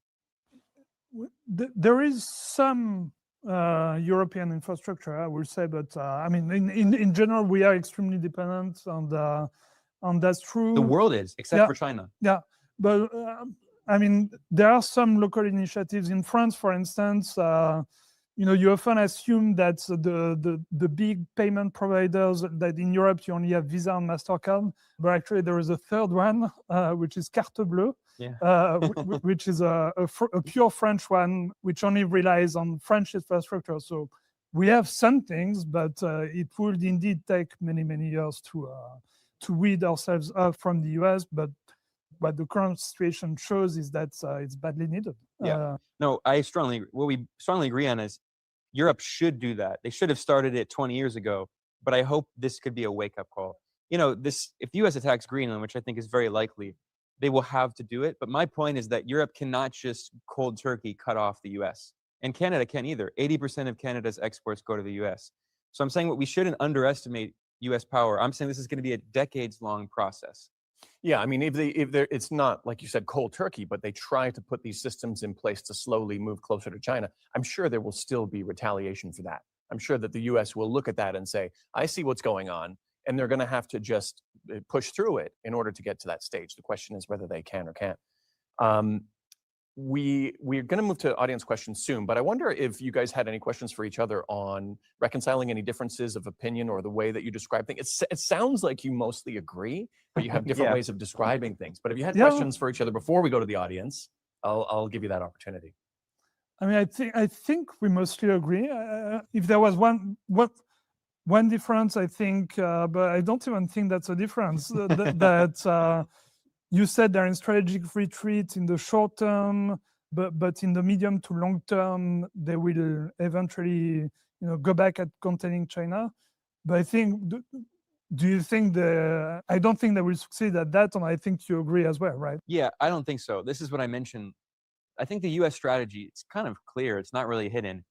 They recognize that there are these strategic choke points, these vulnerabilities that China really has, that the US has, that China has over it, right? Which is mainly critical minerals and the global supply chain, rare earths, and then also trade dependency in certain areas. And they want to try to replace that. Whether or not they can, I think, is an open question. I am often of the view that the US can't. But there are people, the very smart experts on these issues who say that the US has made a lot of progress in like domestic mining and rare earth processing. The US government's investing a lot in this. In fact, what's funny is Trump is borrowing some ideas from China with this industrial policy of like state investment in certain strategic companies, which I never thought I would see the US government do, like certain mining companies. So I think there certainly is a very concerted, all hands on deck attempt in Washington. This was under Biden, certainly, with the CHIPS Act and the funnily named Inflation Reduction Act, which is mostly about, actually pushing for industrial policy. But I'm still pretty skeptical about whether or not that will work. But what I do think is going to happen, we've already seen this trend, is that we'll see a gradual decoupling. I think in the US, they're very serious about this because, back in the first Cold War, the Soviet Union and the US did very little trade. Although, like I mentioned, the Soviet Union and Western Europe did trade. The Soviet Union and India did a lot of trade. India's largest trading partner was the USSR. So I think people like to point out at India today. Well, India has always played that non-aligned position. India was a co-founder of the non-aligned movement and saw itself as the leader of the non-aligned movement. So I think we're going to see something similar in the world in the upcoming decades. China is the largest trading partner of most countries. The US cannot replace that. It's just not possible. So most countries will try to play some kind of non-aligned role. But I think the US response will be much more aggressive, much more overtly interventionist. The 90s and the 2000s, there were a lot of interventions. But this whole idea of the rules-based order, that's a product of US unipolar hegemony. They didn't say that back in the 60s and 70s. They were like, make the economy scream. Famously, in Chile, when the people voted for the socialist Allende, we have declassified documents. Kissinger said, the people of Chile will not be allowed to make this decision. That's been the dominant US foreign policy for decades. The 90s and the 2000s were kind of when they talked about this whole idea of like liberal human rights nonsense. That was never the dominant thrust of US foreign policy. So what I do think will happen is that we've seen that in 2020, about 19% of China's exports went to the US. Now it's about 14%. And I think that will continue to fall. And we'll see much less direct trade, although I think we'll still see indirect trade through third parties, Vietnam.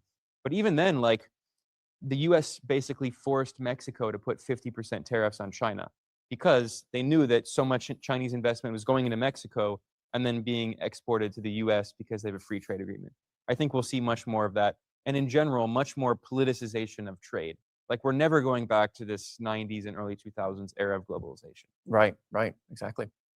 Well, I think this is a good time to introduce some audience questions. So can we see, does anybody in the audience have some questions for our guests? I do have a few questions, but I first want to start with maybe this general one. And if we have time, maybe we can come back to me or whatever. So I think you guys kind of briefly talked about it, but what would be the general consequences for Latin America? Can they de-risk from the United States, for example, whether that's strategically, economically, or through, like you were talking about, communications, like telecommunications? Is this something that they are capable of doing in the medium to long term, while the US maybe is reeling right now from the position it's in with China? Yeah, that's your specialty, is Latin America. So let's, yeah. Yeah, this is very difficult for Latin America. It's a region I love. I have lived in for many years. I feel personally invested in, but just being realistic, it's going to be very difficult. And unfortunately, I think the upcoming decades are going to be very painful because the US, is asserting this colonial Monroe doctrine. And it's interesting. I mean, I agree with Arnaud in some ways. For instance, economically, the US cannot replace China in certain key areas. For instance, because of the deindustrialization we saw, largely due to a lot of the neoliberal policies in the 80s and 90s, the famous década perdida, the lost decade, we saw that, back in the 1960s, actually, South America was the region of the world with the highest manufacturing share of GDP. Argentina, Brazil, Chile less, but especially Argentina and Brazil and Mexico were major industrial powers. Brazil made planes and jet engines. And what we've seen in that neoliberal era is that they really heavily deindustrialized, and the Latin American economies became very dependent on exporting commodities, agricultural goods, raw ores, these kinds of things. And the US simply cannot replace China for that. China is the world's manufacturing superpower. It has 1.4 billion people. It's a lot of mouths to feed.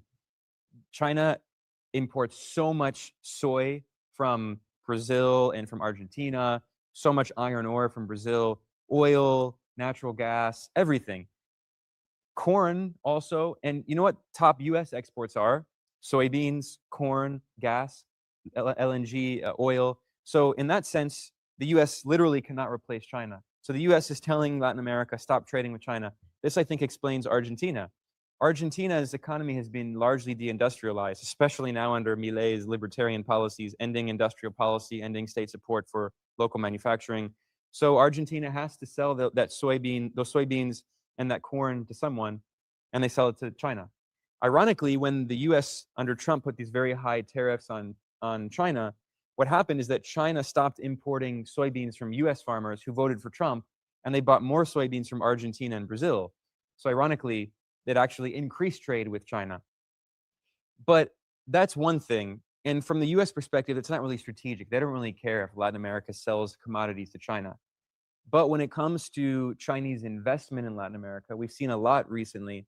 I think the US is going to blackmail a lot of countries in Latin America and tell them you cannot accept Chinese investment.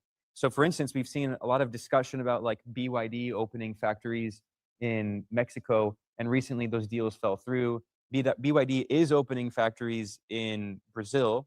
So I think we will see some, but I think we're going to see a lot of de-risking, and a lot of Chinese companies that want to invest in Latin America are not going to do it because they're afraid of US retaliation. And Chinese companies that already are going to be targeted by the US. So I think we will still see a lot of trade because it's just impossible for the US to replace that.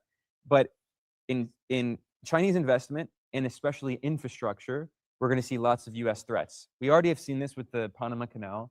I mentioned that Marco Rubio went to Panama. He forced Panama to withdraw from the Belt and Road. He's forcing Panama to force this Hong Kong company to sell these ports. Trump claims that China controls the Panama Canal. It's not true. But we're also going to see other infrastructure in the region targeted. I think the next major target is the port of Chongqing in Peru.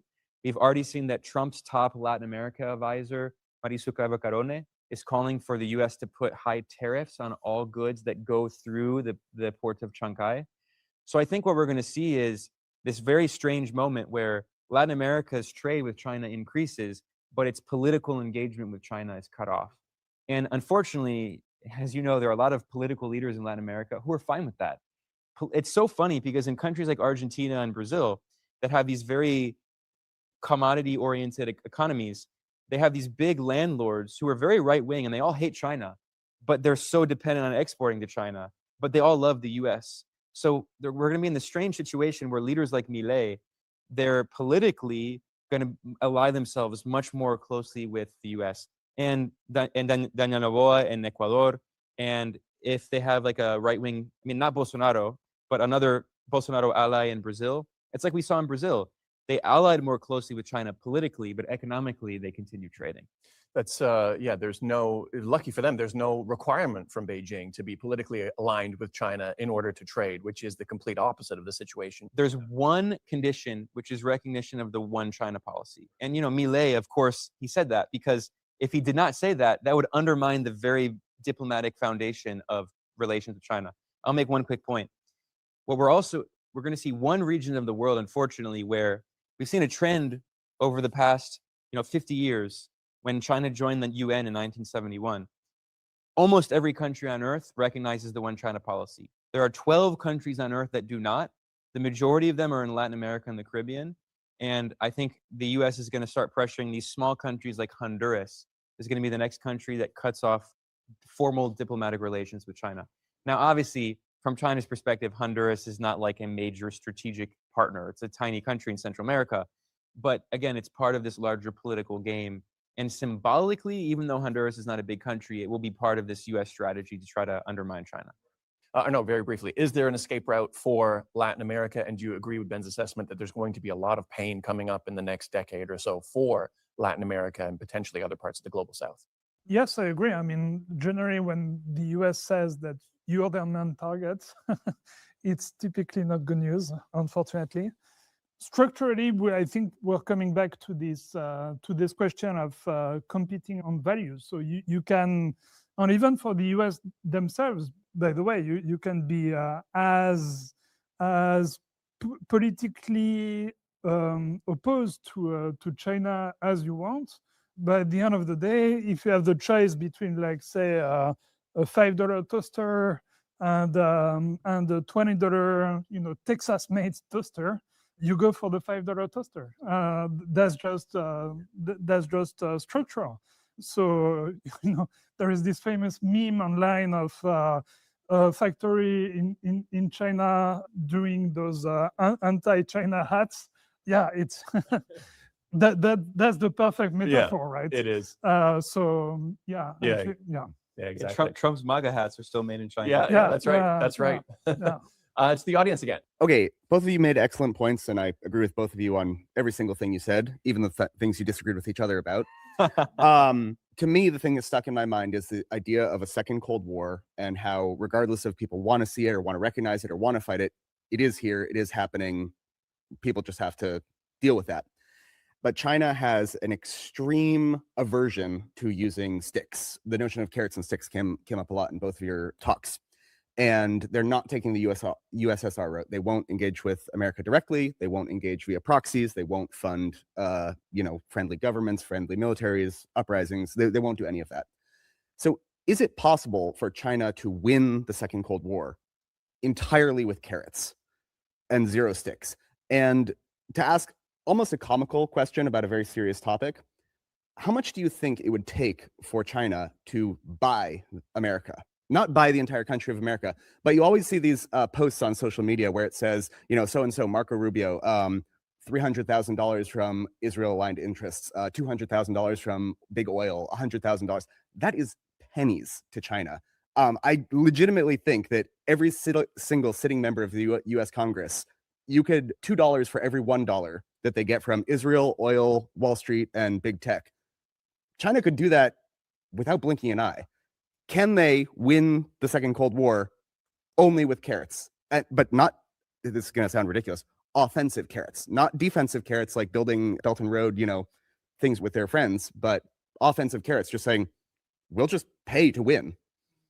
So yeah, those are two interesting questions. The first with the sticks, because that's obviously a good question. If the U.S. is going around destabilizing all of China's partners one by one, taking out Venezuela, which puts all of Chinese investments in the country in a kind of a questionable area now, do they eventually pull out a stick? Or is that just not in the options? And then if, I don't think China would ever do that, but if China were to create a pro-China lobby, do you think it's possible to buy out American politicians the same way other lobby groups do? I'll start with you, Arnaud. Yeah, so I think, I mean, my read of of Chinese strategy is that they really want to position themselves as a different model from the US. And so if you start to go into this Cold War, bloc versus bloc, then you're basically just like the other guy, but for the other side, right? And therefore you do not represent a new model. And that's what China, if you read all their, initiative, like the global governance initiative and so on, they're really trying to promote a new model, a better world. And if you start to follow the rules of the old world, the Cold War rules and so on, obviously you undermine your own rhetoric on the new model that you want to create. And there is also some learnings from that, from China's own history, like for instance, during the Three Kingdom period, at the end there were only two kingdoms competing, Qin versus I can't remember what was the other one. Anyway, they arrived at an agreement to be co-emperor of China because they were both very, very strong. But Qin was always the very aggressive one, and a lot of people started to say, okay, if you guys are co-emperor, then I would rather rally with Qin because if you guys are the same, I'd rather align with the strong one. And of course, Qin ended up winning and becoming the only emperor. So I think China doesn't want to do that it doesn't want to become co-emperor of the world with the US because then you might face similar dynamic. On to your last point on buying. I mean, monetary wise, of course they could. It would be a small expense. But first of all, I think the US has laws against that.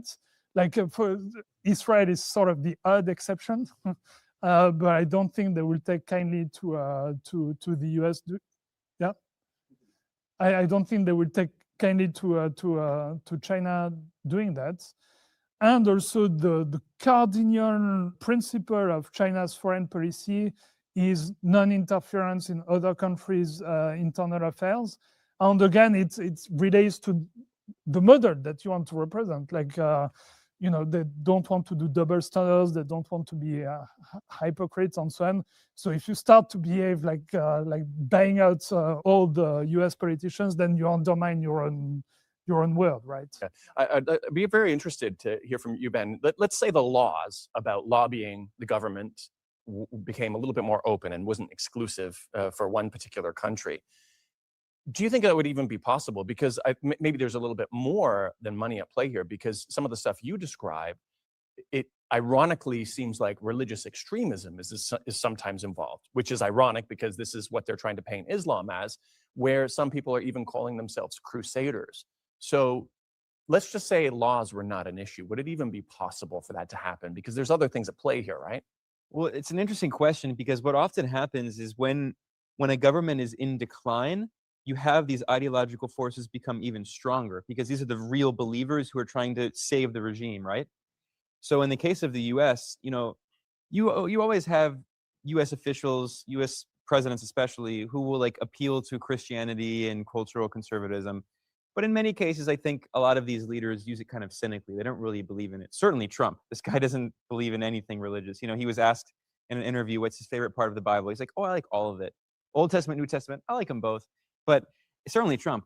But when you have an empire in decline, a regime in decline like in the US, you start getting these very extreme forces who previously would have been totally fringe and not allowed anywhere near power, and they start taking over. It's also happening in Israel, by the way, which used to be, it was always very racist against the Palestinians, but it used to be much more secular, and it's become much more overtly religious and theocratic. So I would not be surprised to see something happen in the US. Certainly the Republicans have become much more open about this. You have some Congress people, like famously Marjorie Taylor Greene, said, I'm a Christian nationalist, and the US should be a Christian national, not just a Christian nation, a Christian nationalist nation. So I wouldn't be surprised to see more of that.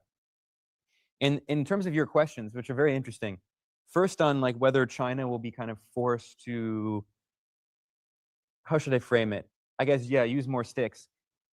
I don't think so. I agree with Arnaud because it's also, one, it's just a deep part of the ideology of the People's Republic coming out of the century of humiliation. Like, China was a victim of 100 years of foreign intervention, partial colonization, subjugation, and then also like anti-hegemony has been a key principle throughout all of the eras of the PRC under all of the leadership, throughout the reform and opening up.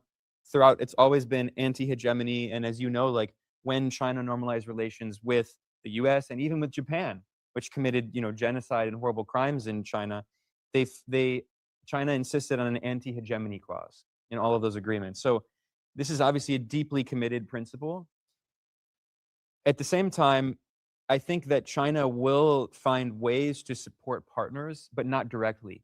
China has not fought a war since 1979. I don't expect it to do that anytime soon. But at the same time, there's been all these people saying, like, why hasn't China supported Iran and Venezuela? Well, how do we know that they haven't been supporting Iran and Venezuela? I'm sure they have been, but China they're not going to send troops. They don't do that. And it's because, again, they also want to provide some kind of alternative model. So, but at the same time, we've seen, like in the case of Iran and these recent, very violent protests, Iran has this new technology like blocking Starlink and stuff. We don't know where it came from, but people have speculated. So, I think that China is providing support for its partners in other ways. Certainly in the case of Venezuela, I know China has provided a lot of support. For instance, when the US put these very aggressive sanctions in violation of international law on Venezuela, China was like, okay, we don't care about US sanctions. We'll buy all of your oil that you were sending to the US.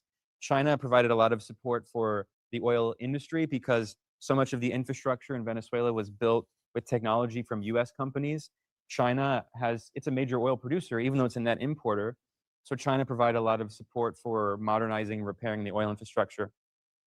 For your other question, it's a very interesting question. But even if China wanted, there's no way the US would allow that because, yeah, it's true. Israel provides a lot of, campaign contributions, and also the Gulf monarchies do as well. And if you look at the US has something called FARA, the Foreign Agent Registrations Act. And there are so many politicians who, after they leave office, they become registered foreign lobbyists for Saudi Arabia, Qatar, the UAE, Bahrain. It's very common. So I don't doubt that the US would allow that for allies, but for China, there's no way. And I have no doubt that as geopolitical tensions heat up, there are going to be laws passed to make sure that China cannot do that. But they'll make many exceptions for other countries. Yeah. We'll see if we got any other questions, and we can circle back afterwards if you have some follow-ups as well. Thank you. Yeah.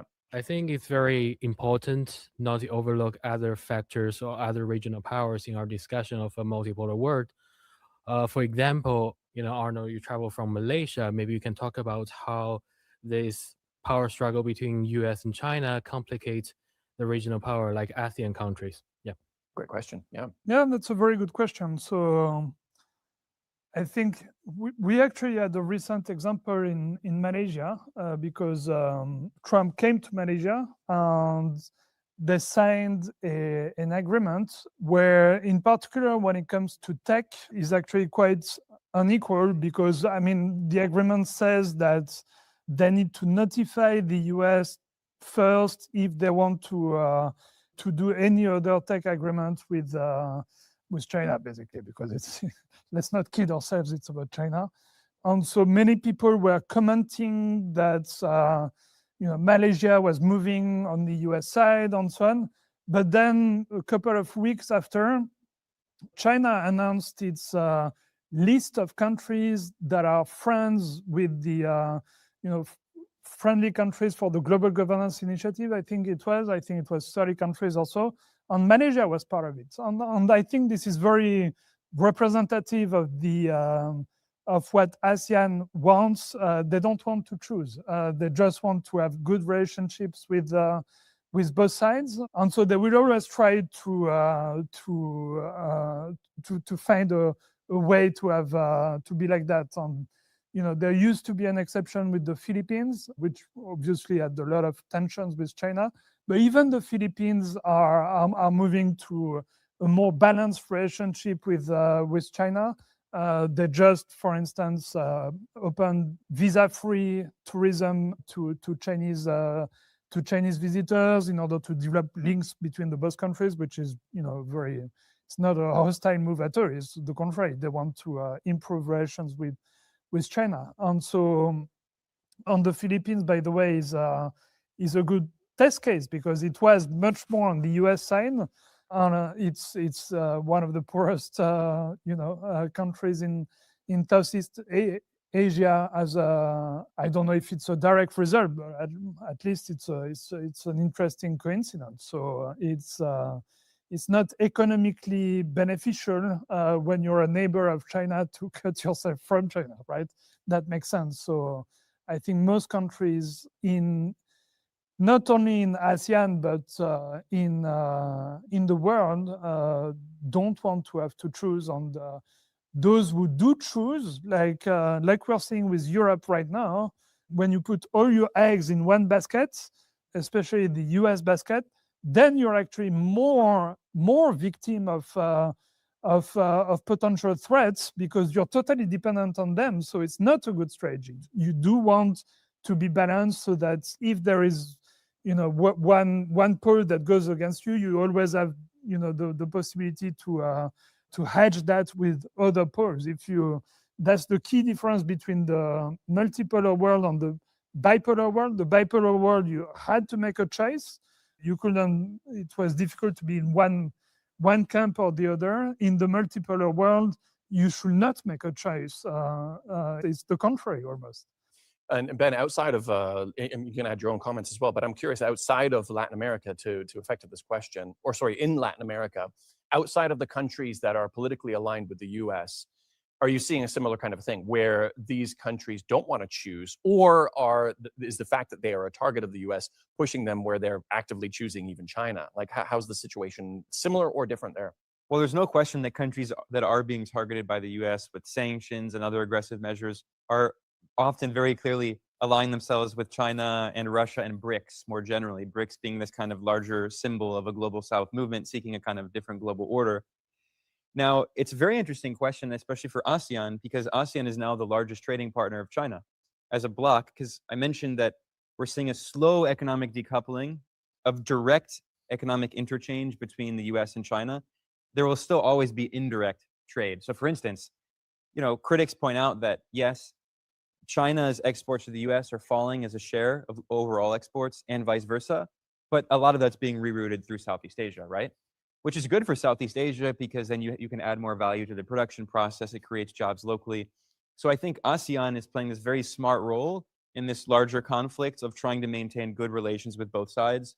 And within ASEAN, there are countries that lean more pro-US and more pro-China, like the Philippines, more pro-US, and maybe like, for instance, like Cambodia, more pro-China. But what's interesting is there are recent polls done in the past 2 years of people in ASEAN. And 2 years ago, for the first time ever, a slight majority of people in ASEAN countries, not government officials, people said that if they were forced to pick a side, they would pick China. And this is largely because of the horrific crimes in Gaza, sponsored by the US. So you saw in the Muslim majority countries in Southeast Asia, Indonesia especially, you saw a big shift toward China. Now, other regions of the world, they're not in that kind of same position. So like obviously Latin America is being very aggressively threatened. And I think economically they'll continue a lot of trade, but politically, unfortunately, they're going to be forced at gunpoint to ally more closely with the US.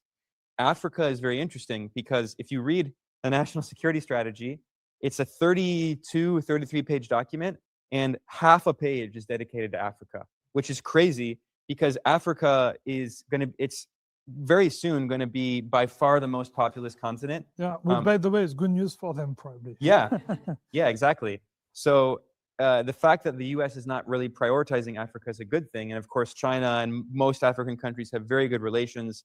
If you look at public opinion in almost every single African country, the majority of the population has a positive view of China. So I think this is definitely an area of the world where the US is not going to have success in trying to cut them off from China. And the reason I mentioned, I stressed heavily that it is useful, I think, to say we're in a new Cold War because it's Washington that's driving it. So it's important to keep that framework because, that's what they're saying. China doesn't want it. But at the same time, it can be a bit misleading to emphasize the Cold War element. I won't say his name, but I spoke with a very influential professor of international relations at Tsinghua, and he said that he prefers the term Second Cold War as opposed to New Cold War, because if you say New Cold War, it sounds like it's similar to the first. And he emphasized that obviously the Second World War was very different from the First World War. And he emphasized that there are so many differences, and I agree with that. And one major difference, again, is that China, I think, is in a much stronger position than the Soviet Union was, and the US is in a much weaker position now. But another thing that's, I think, misunderstood about the First Cold War is that most of the world did not want to be aligned. That's why they founded the non-aligned movement in 1961. And that part is so often left out, is that the vast majority of the population in Africa, Asia, not so much Latin America, and even some parts of Europe were non-aligned. Yugoslavia was one of the co-founders of the non-aligned movement. Ghana was a co-founder. Egypt was a co-founder. So I think today it's no surprise that most of the world is not aligned. I think one big difference today, which is an advantage also for China, is that back in the First Cold War in the 60s, the countries in the non-aligned movement economically were much less developed. Egypt, Indonesia under Sukarno before the US-backed coup, like Indonesia was one of the co-founders. Look at Indonesia then compared to today. Indonesia has developed very rapidly. It's one of the largest countries by population. So I think this is also a big shift, is that if you look back 60 years ago, those countries were not nearly as influential in the global economy. The fact that these non-aligned countries today are so much more economically developed and so much more populous, they have such bigger populations, I think is another example why this is going to be very different and why the US will not be successful in like bullying these countries to just pick a side. Well, thank you very much. So far, it's really like, doesn't feel it has been gone this many hours. Feel like 10 minutes of intense knowledge. My question is, as we were talking about ASEAN and Latin Americans and Africa countries, like they want to be non-aligned, they don't want to choose sides, right? But on Chinese border, we have two. One is a country, one is a province that clearly choose or prefer to choose the American sides. What will their position be as this second Cold War happens, or the coexistence, or the American shifting back to their own territory rather than for them West Pacific, for us east of our China Sea? So what's your opinion on this, please? I mean, on Taiwan, I think that the medium term, let's say, trend favors some kind of reunification. I mean, you listen to what the KMT is saying these days. It's quite extraordinary. It looks like so far they are in a strong position politically to win. And if I listen to a lot of voices on Taiwan, and most smart people that I listen to say that sooner rather than later, Taiwan is going to have to negotiate some form of deal with China because its relative position is weakening, and the US is bit by bit, is going to withdraw. It's starting to do that. If you look at the language in the latest national security strategy, there is a lot of conditionality on Taiwan. They mention even the possibility of losing conflict with China unless others step up and so on. So you can see that the US are hedging a bit. So Taiwan at some point needs to make a choice. And I guess the other country that you are mentioning is Japan, I imagine. And I think that what we are seeing in Japan, so what the Prime Minister said, is actually a symptom of US withdrawal or strategic retreat. Because when the US is withdrawing, you have the need to step up yourself, and you need to justify it in front of your population with more hawkish rhetoric. It's sort of political 101, which is what we're seeing in Europe as well. Like the US is retreating bit by bit. And so they are very, very hawkish in their rhetoric against Russia, because otherwise people will be like, why are we spending so much on weaponry? So I think it should be taken in that context. Obviously, there is a lot of history with Japan, and so when they sound more and more militaristic, it's pretty scary for the region. But you will note I couldn't identify a single country in Asia that backed what she said. I mean, Taiwan obviously does, but it's not a country. Of course they would, but apart from that, I couldn't see anyone who would back them. Even Singapore, they didn't back them. And even the US didn't back them, right? You had that call between President Xi and Trump, where he asked Trump to call the Japanese Prime Minister to sort of tell her to tone it down, and Trump did. So it's I don't think we should be too worried. Is my point, because there is no one with Japan on this question. Did you want to add to that, Ben? Yeah, I mean, Arnaud made really good points. In terms of the changes we've seen in Taiwan, it's very interesting because obviously, according to international law, Taiwan is part of China. And if you look at polls in Taiwan, you see that the vast majority of people do not want independence. The vast majority of people want the status quo to remain.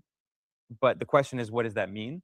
So the polls always say status quo. Almost the vast majority say status quo. The status quo is changing. And I think over time, you'll see much more trade and not just economic interchange, but people-to-people interchange across the Taiwan Strait from the mainland. So over time, it's just inevitable that these forces will bring toward more reunification. And the changes we've seen in the KMT have been absolutely huge. And let's keep in mind that in the past elections, people keep acting like the DPP is so popular. But really what we've seen is that the electorate is really divided in three groups. And they got just enough to win, but they're not popular. Like the DPP has support of around 1/3 of the population. So I think the population of Taiwan province is pretty divided, and most people just want over time, they want more interchange to increase and kind of gradual reunification. In terms of, you talk about Japan pretty well. In terms of other parts of ASEAN, I think it's really interesting to see also how, as the US has been really pushing for more aggressive measures, and we've seen, conflicts in like Cambodia and Thailand and other places, what's interesting is that a kind of continuity throughout this process is that almost none of the countries in ASEAN have taken an anti-China position except the Philippines. I could be wrong, but I'm pretty sure even leaders that lean more pro-US, ASEAN has really made it clear that they do not want to be part of this larger conflict. So this gets back to this whole non-alignment. Japan and South Korea obviously are pretty unique. I think South Korea now, what's interesting is I thought, certainly under Yoon Suk-yeol, we saw a very firm anti-China position. I think South Korea is in a difficult position now where, because it's so close to the US, it's militarily occupied by the US, they can't be seen as too pro-China. But we've seen a lot of kind of more like softer measures recently that show that like South Korea is definitely more interested in improving relations with China. And especially as the US, Trump talks about more kind of strategic withdrawal, that could be good for a place like South Korea, so it can have more non-aligned relations. The danger is Japan filling that. And what is really concerning to me, which you didn't mention, is that we now see more and more people in Japan talking about getting nuclear weapons, which I think is a very big problem in the upcoming decades.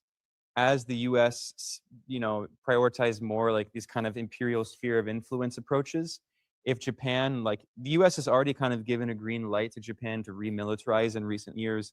We saw that under Shinzo Abe, there were these, crazy attempts to rehabilitate the Japanese empire and erase history. So that's what really concerns me is I think Japan is more and more serious about getting nuclear weapons. And if they do that, I think it's going to lead to a lot of nuclear proliferation. Iran is now, if you look at what's happening in Iran on all the US attacks, the only logical conclusion, if you're in Tehran, you can make is we have to be like North Korea. So that's a world I don't want to see, but I think it's looking more likely. Right. Yeah. We are going a little bit over time, but you have the mic, Diego, so I'll let you ask one more question.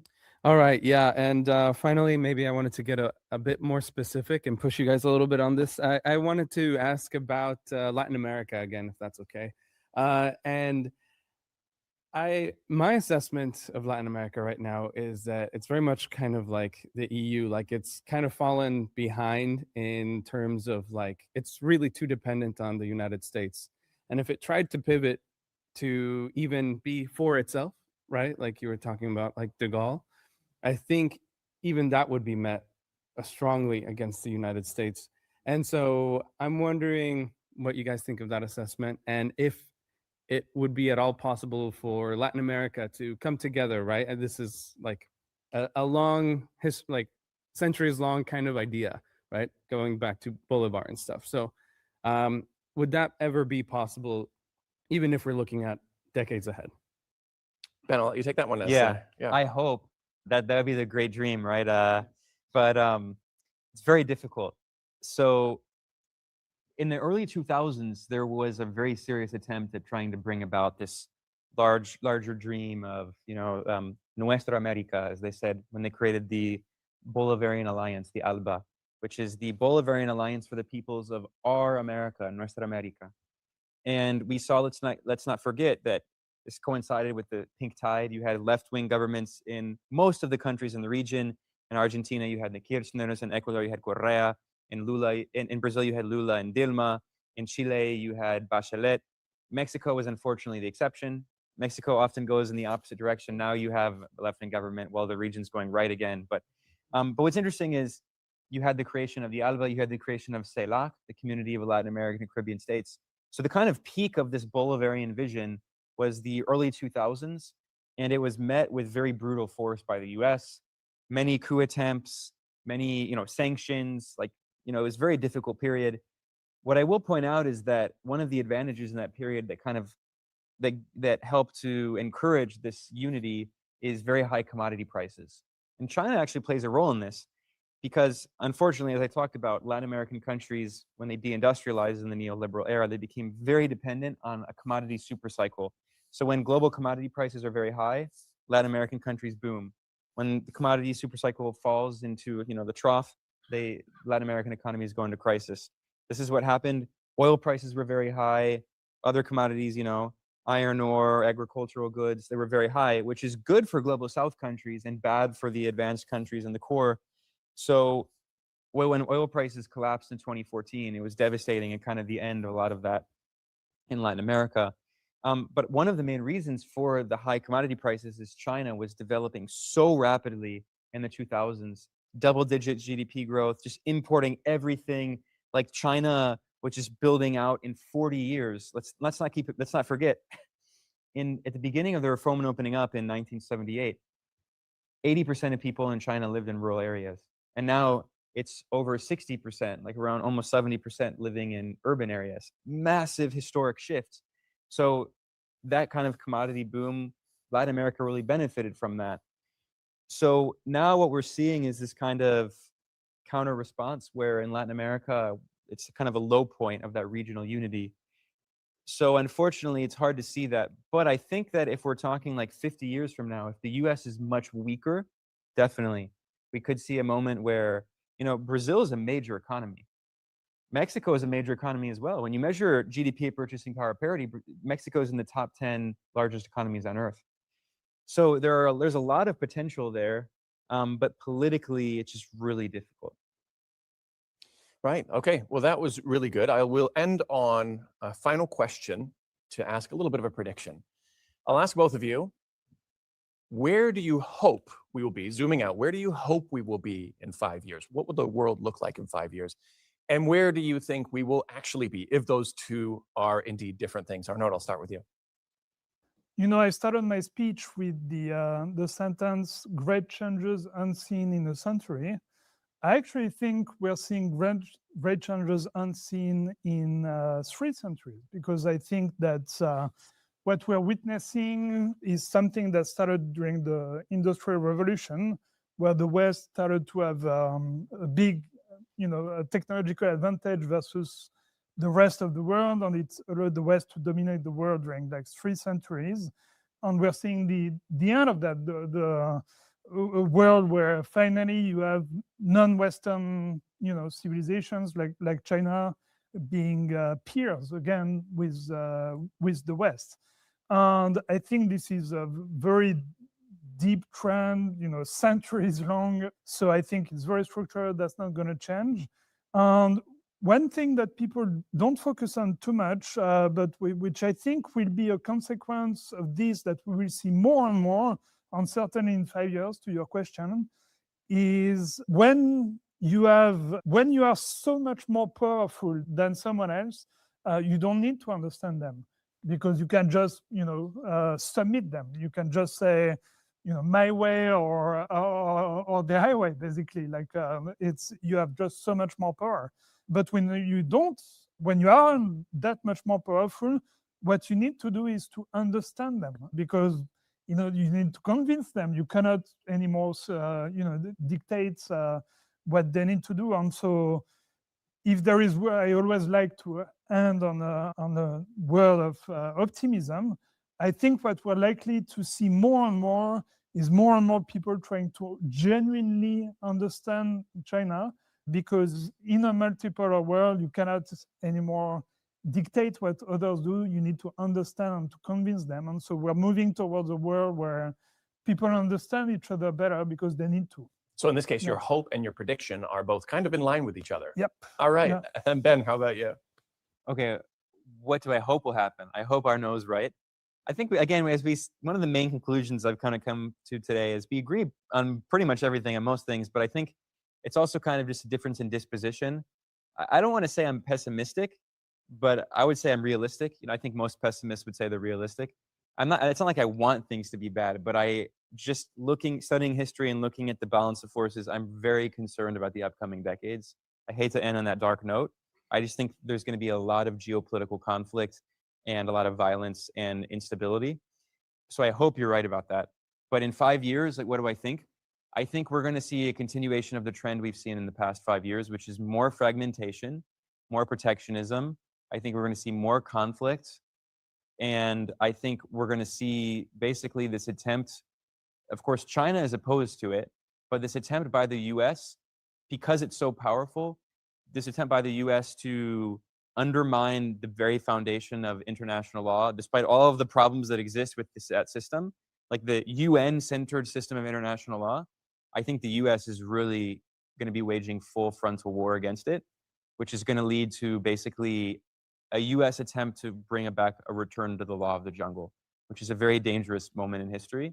I'm not saying that that's going to happen immediately in the next 5 years, but it's a larger trend we're moving toward. And in that world, I think China plays a very positive role in trying to encourage more diplomacy, peaceful trade, peaceful coexistence. But unfortunately, I just don't really see the conditions for that being guaranteed. Right. Well, I guess time will tell. I think that's a dark note to end on. I'm sorry. Let's do another one in 5 years. Yeah, that's exactly it. Everybody will hope that both of your hopes are true rather than your prediction. But we will see what happens. And I hope that was very informative for everybody, and they have a better idea of what is unfolding in front of our eyes, or at least has you asking the right questions and looking for the right signs to better navigate, once again, what's unfolding in front of our eyes. I thank everybody for joining us today, and we will see you next time. Thanks again. Thanks, guys. That's great. Yeah. All right.